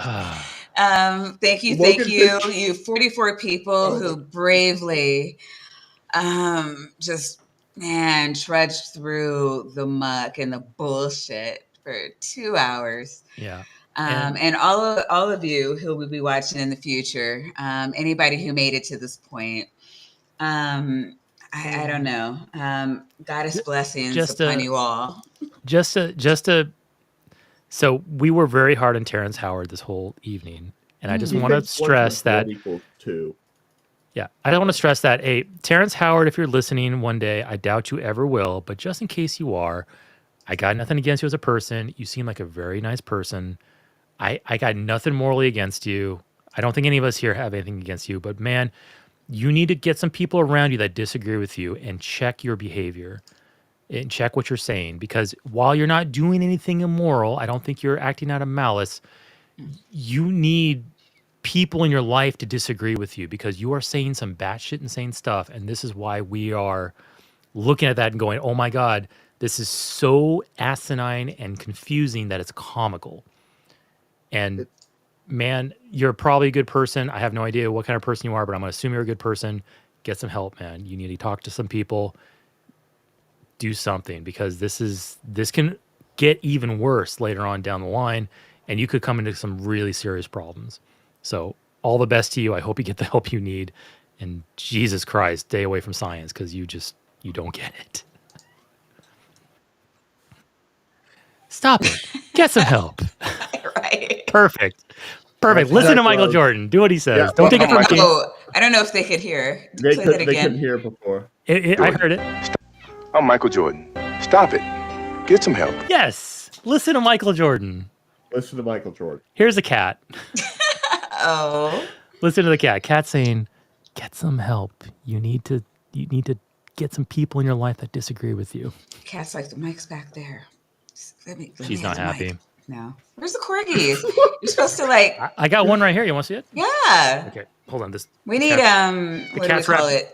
The cat's wrapped up in my cord. There we go. Okay, hold on. We need what do you call it? Palate cleanser. Yes, I got a palate cleanser right here. Stay. Okay. One of the thumbnails here that says, never mind. What are you doing? No, he's giving us a doggy. Uh-oh.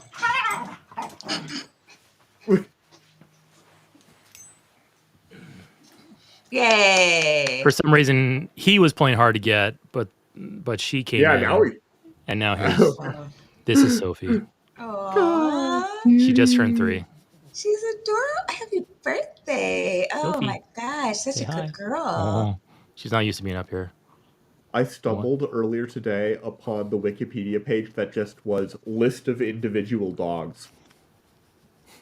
like Why? Because there have been enough dogs, and dogs are humans' best friend, right? Like, Oh my amazing. God. Oh, And your baby's getting a lot of love in the chat. A lot of There you love go. in the chat. Oh, uh-oh. I caught the other one. So the last one was Sophie. This one's Hal. They're named after Hal and Sophie from Howl's Moving Castle, the book and movie. Oh, look at him. He's missing a bow tie. Yeah, we actually have a bow tie for him. He looks awesome in it. We have multiple bow ties, bandanas. I have a taco costume for him for Halloween. No way. This guy is 6. He just turned 6, and he's very serious-minded, except when there's treats on the. I can tell. Treat? I just heard Treat? that. He said treat, and his ears perked Oh, right up. yeah, he understood that. That was immediate. Oh my God. They latch on to certain words. Right? I should probably be careful, but let me see here. Treat, park, and walk. Those are the 3.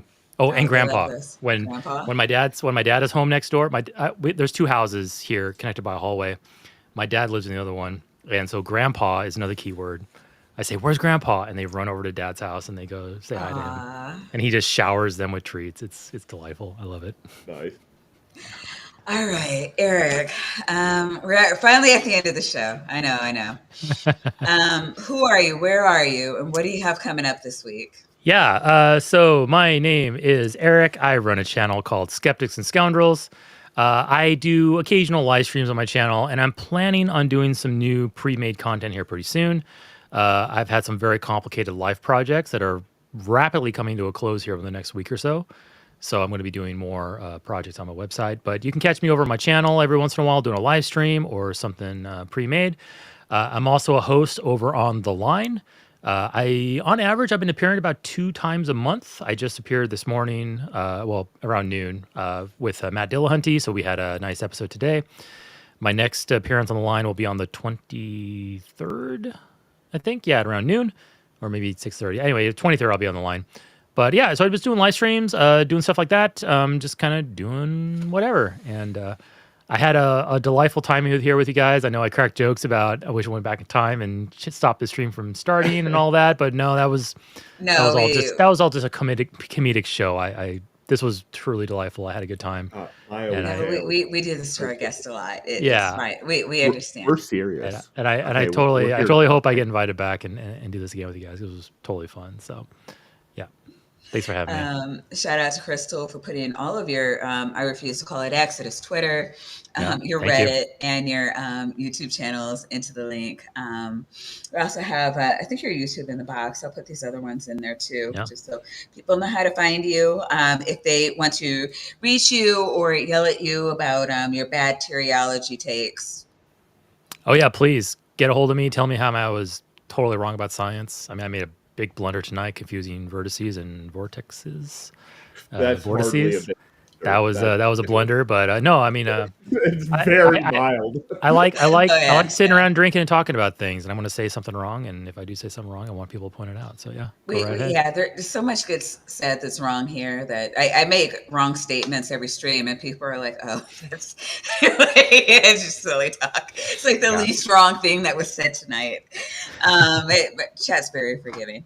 But I never say anything wrong. You can ask any of my cult members. I can vouch for that. Tapioca is 100% right all the time. Yeah. And I know I've had pizza and beers with him in person. He's just 100% correct all the time. Yep. He's a doctor. You can trust him. I am a doctor of doctorology and also physics, but mostly doctorology. Yes. I heard you're a fake weasel doctor. I just because I'm a fake weasel doctor doesn't mean I'm not a real physicist. Okay. Two are not mutually exclusive. Oh wait, Eric, do you have anything coming up today or no? Or this week? Sorry. I'll probably be streaming this Wednesday night, I think. So I think that'll probably be the next thing I do. And like I said, I'll be on the line again in about a couple more weeks. So the thing that has been really like occupying my time. And here's the thing too. Like I'm finishing a 1.5 year long project. I have a 900 square foot cottage on the edge of my property. So I spent the last 1.5 years like remodeling it, and it's just been consuming all my time and energy. And it's like done, like a week away from being done. So the funny thing is, when I started that project, I didn't have a YouTube channel, and I started the YouTube channel when the project was in motion. And my YouTube channel blew up, and there was a demand for videos where I was like, well, I'm not done with this project yet. So I was like having to balance between the two.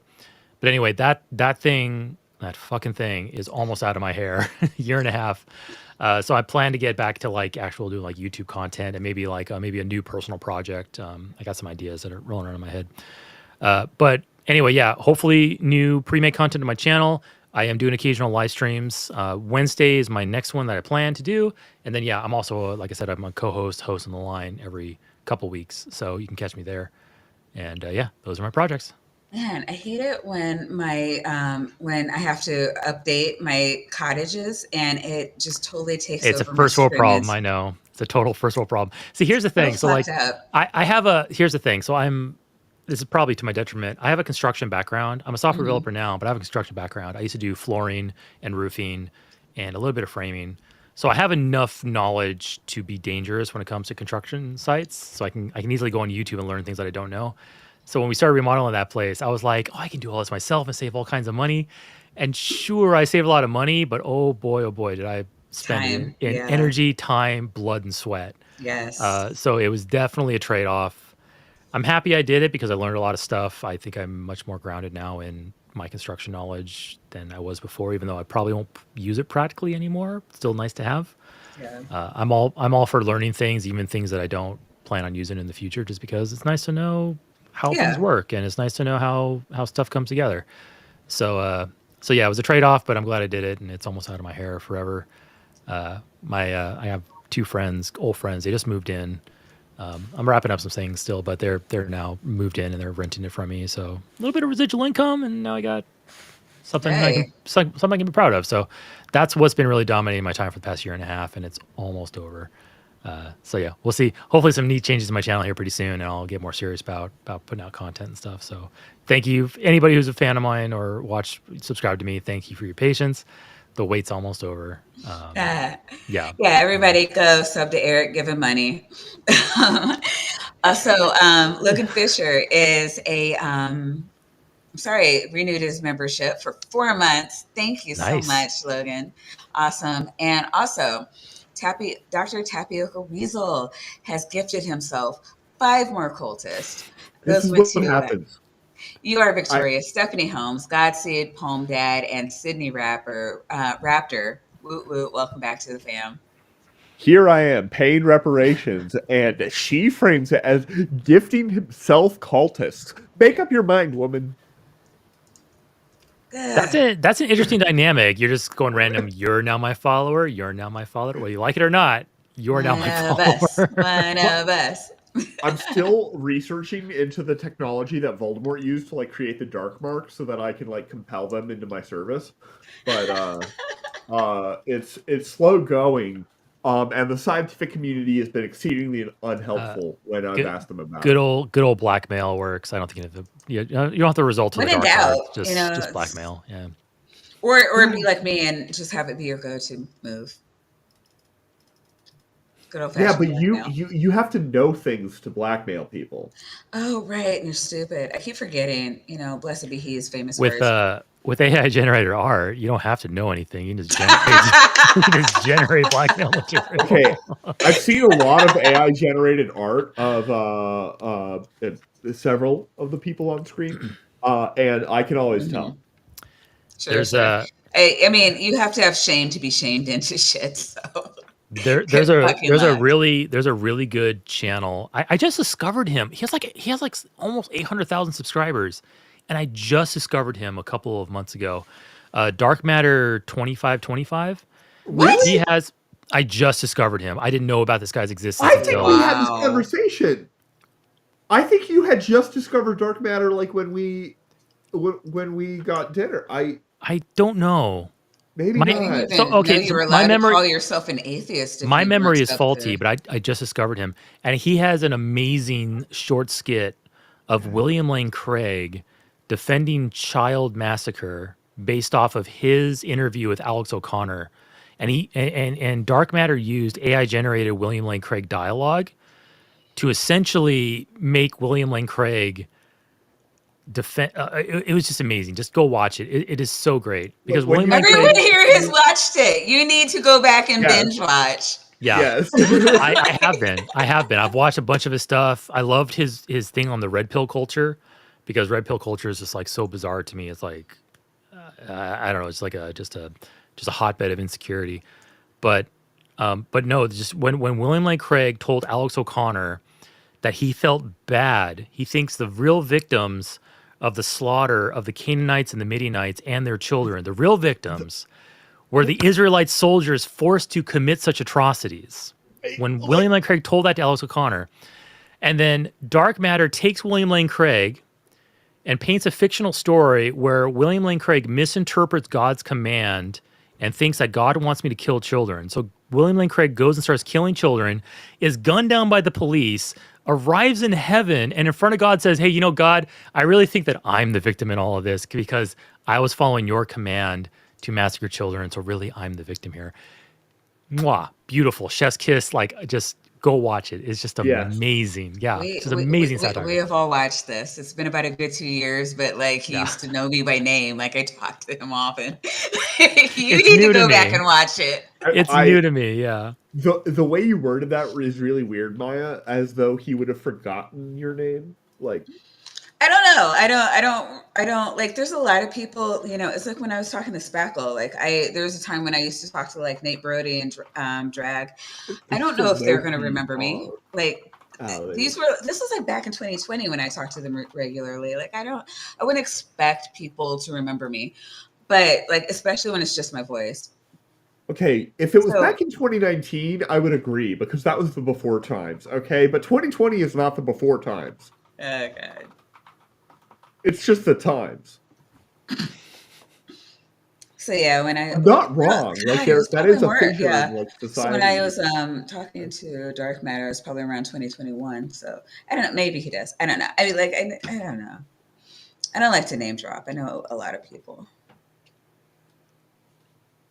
But yeah, no, seriously though, the chat is right. You have to he has a playlist for the power corrupts. Start with number 1. I'll do that. Work your way through.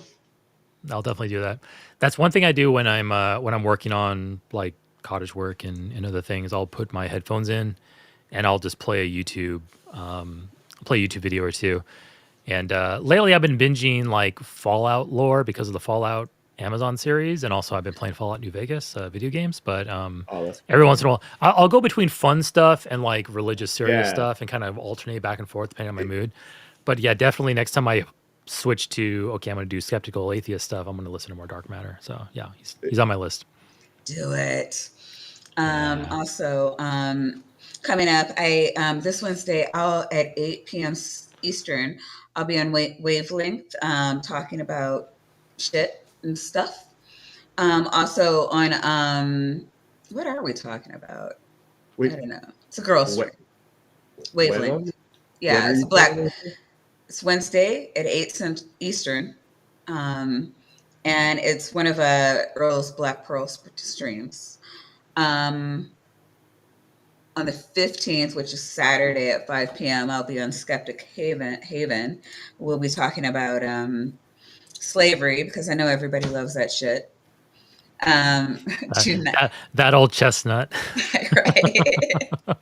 So on the 19th, I'm doing a premiere that's actual Juneteenth. This time next week, I'll be Jay Bundy and Durante Lamar will be on with me, because I'm not too good to be on a stream with them, unlike some doctors. I will not be here next week, is the point she is trying to make. Because I think I'll be too good for you. I think I'll be in the air at that point in time.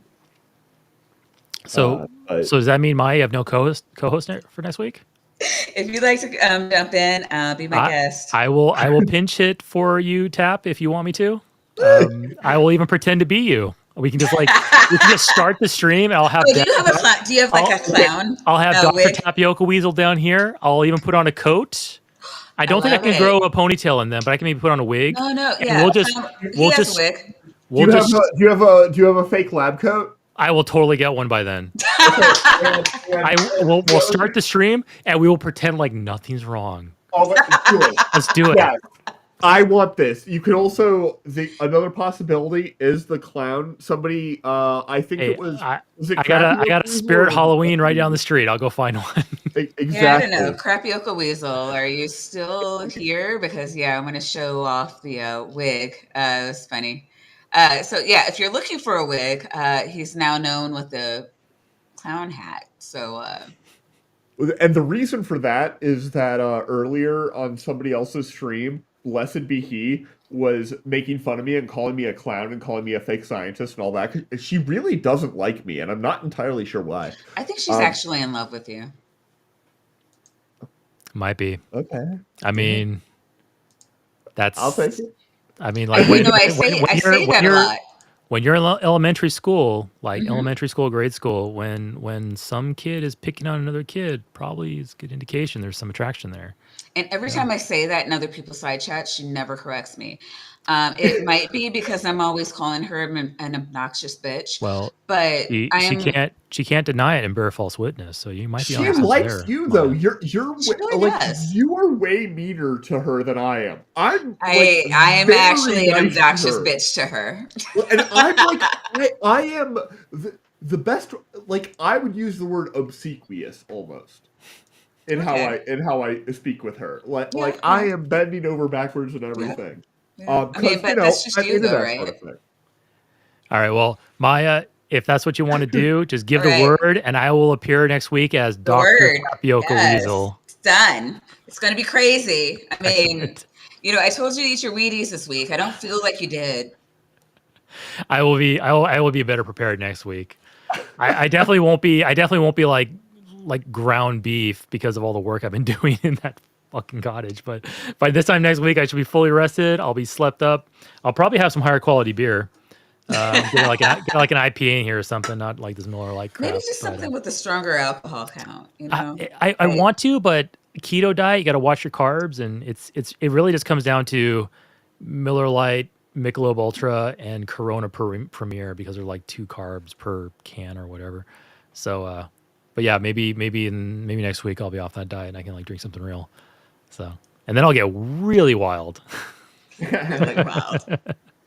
Yeah, I always love it when those of us over 40 talk about like really wild. Yeah.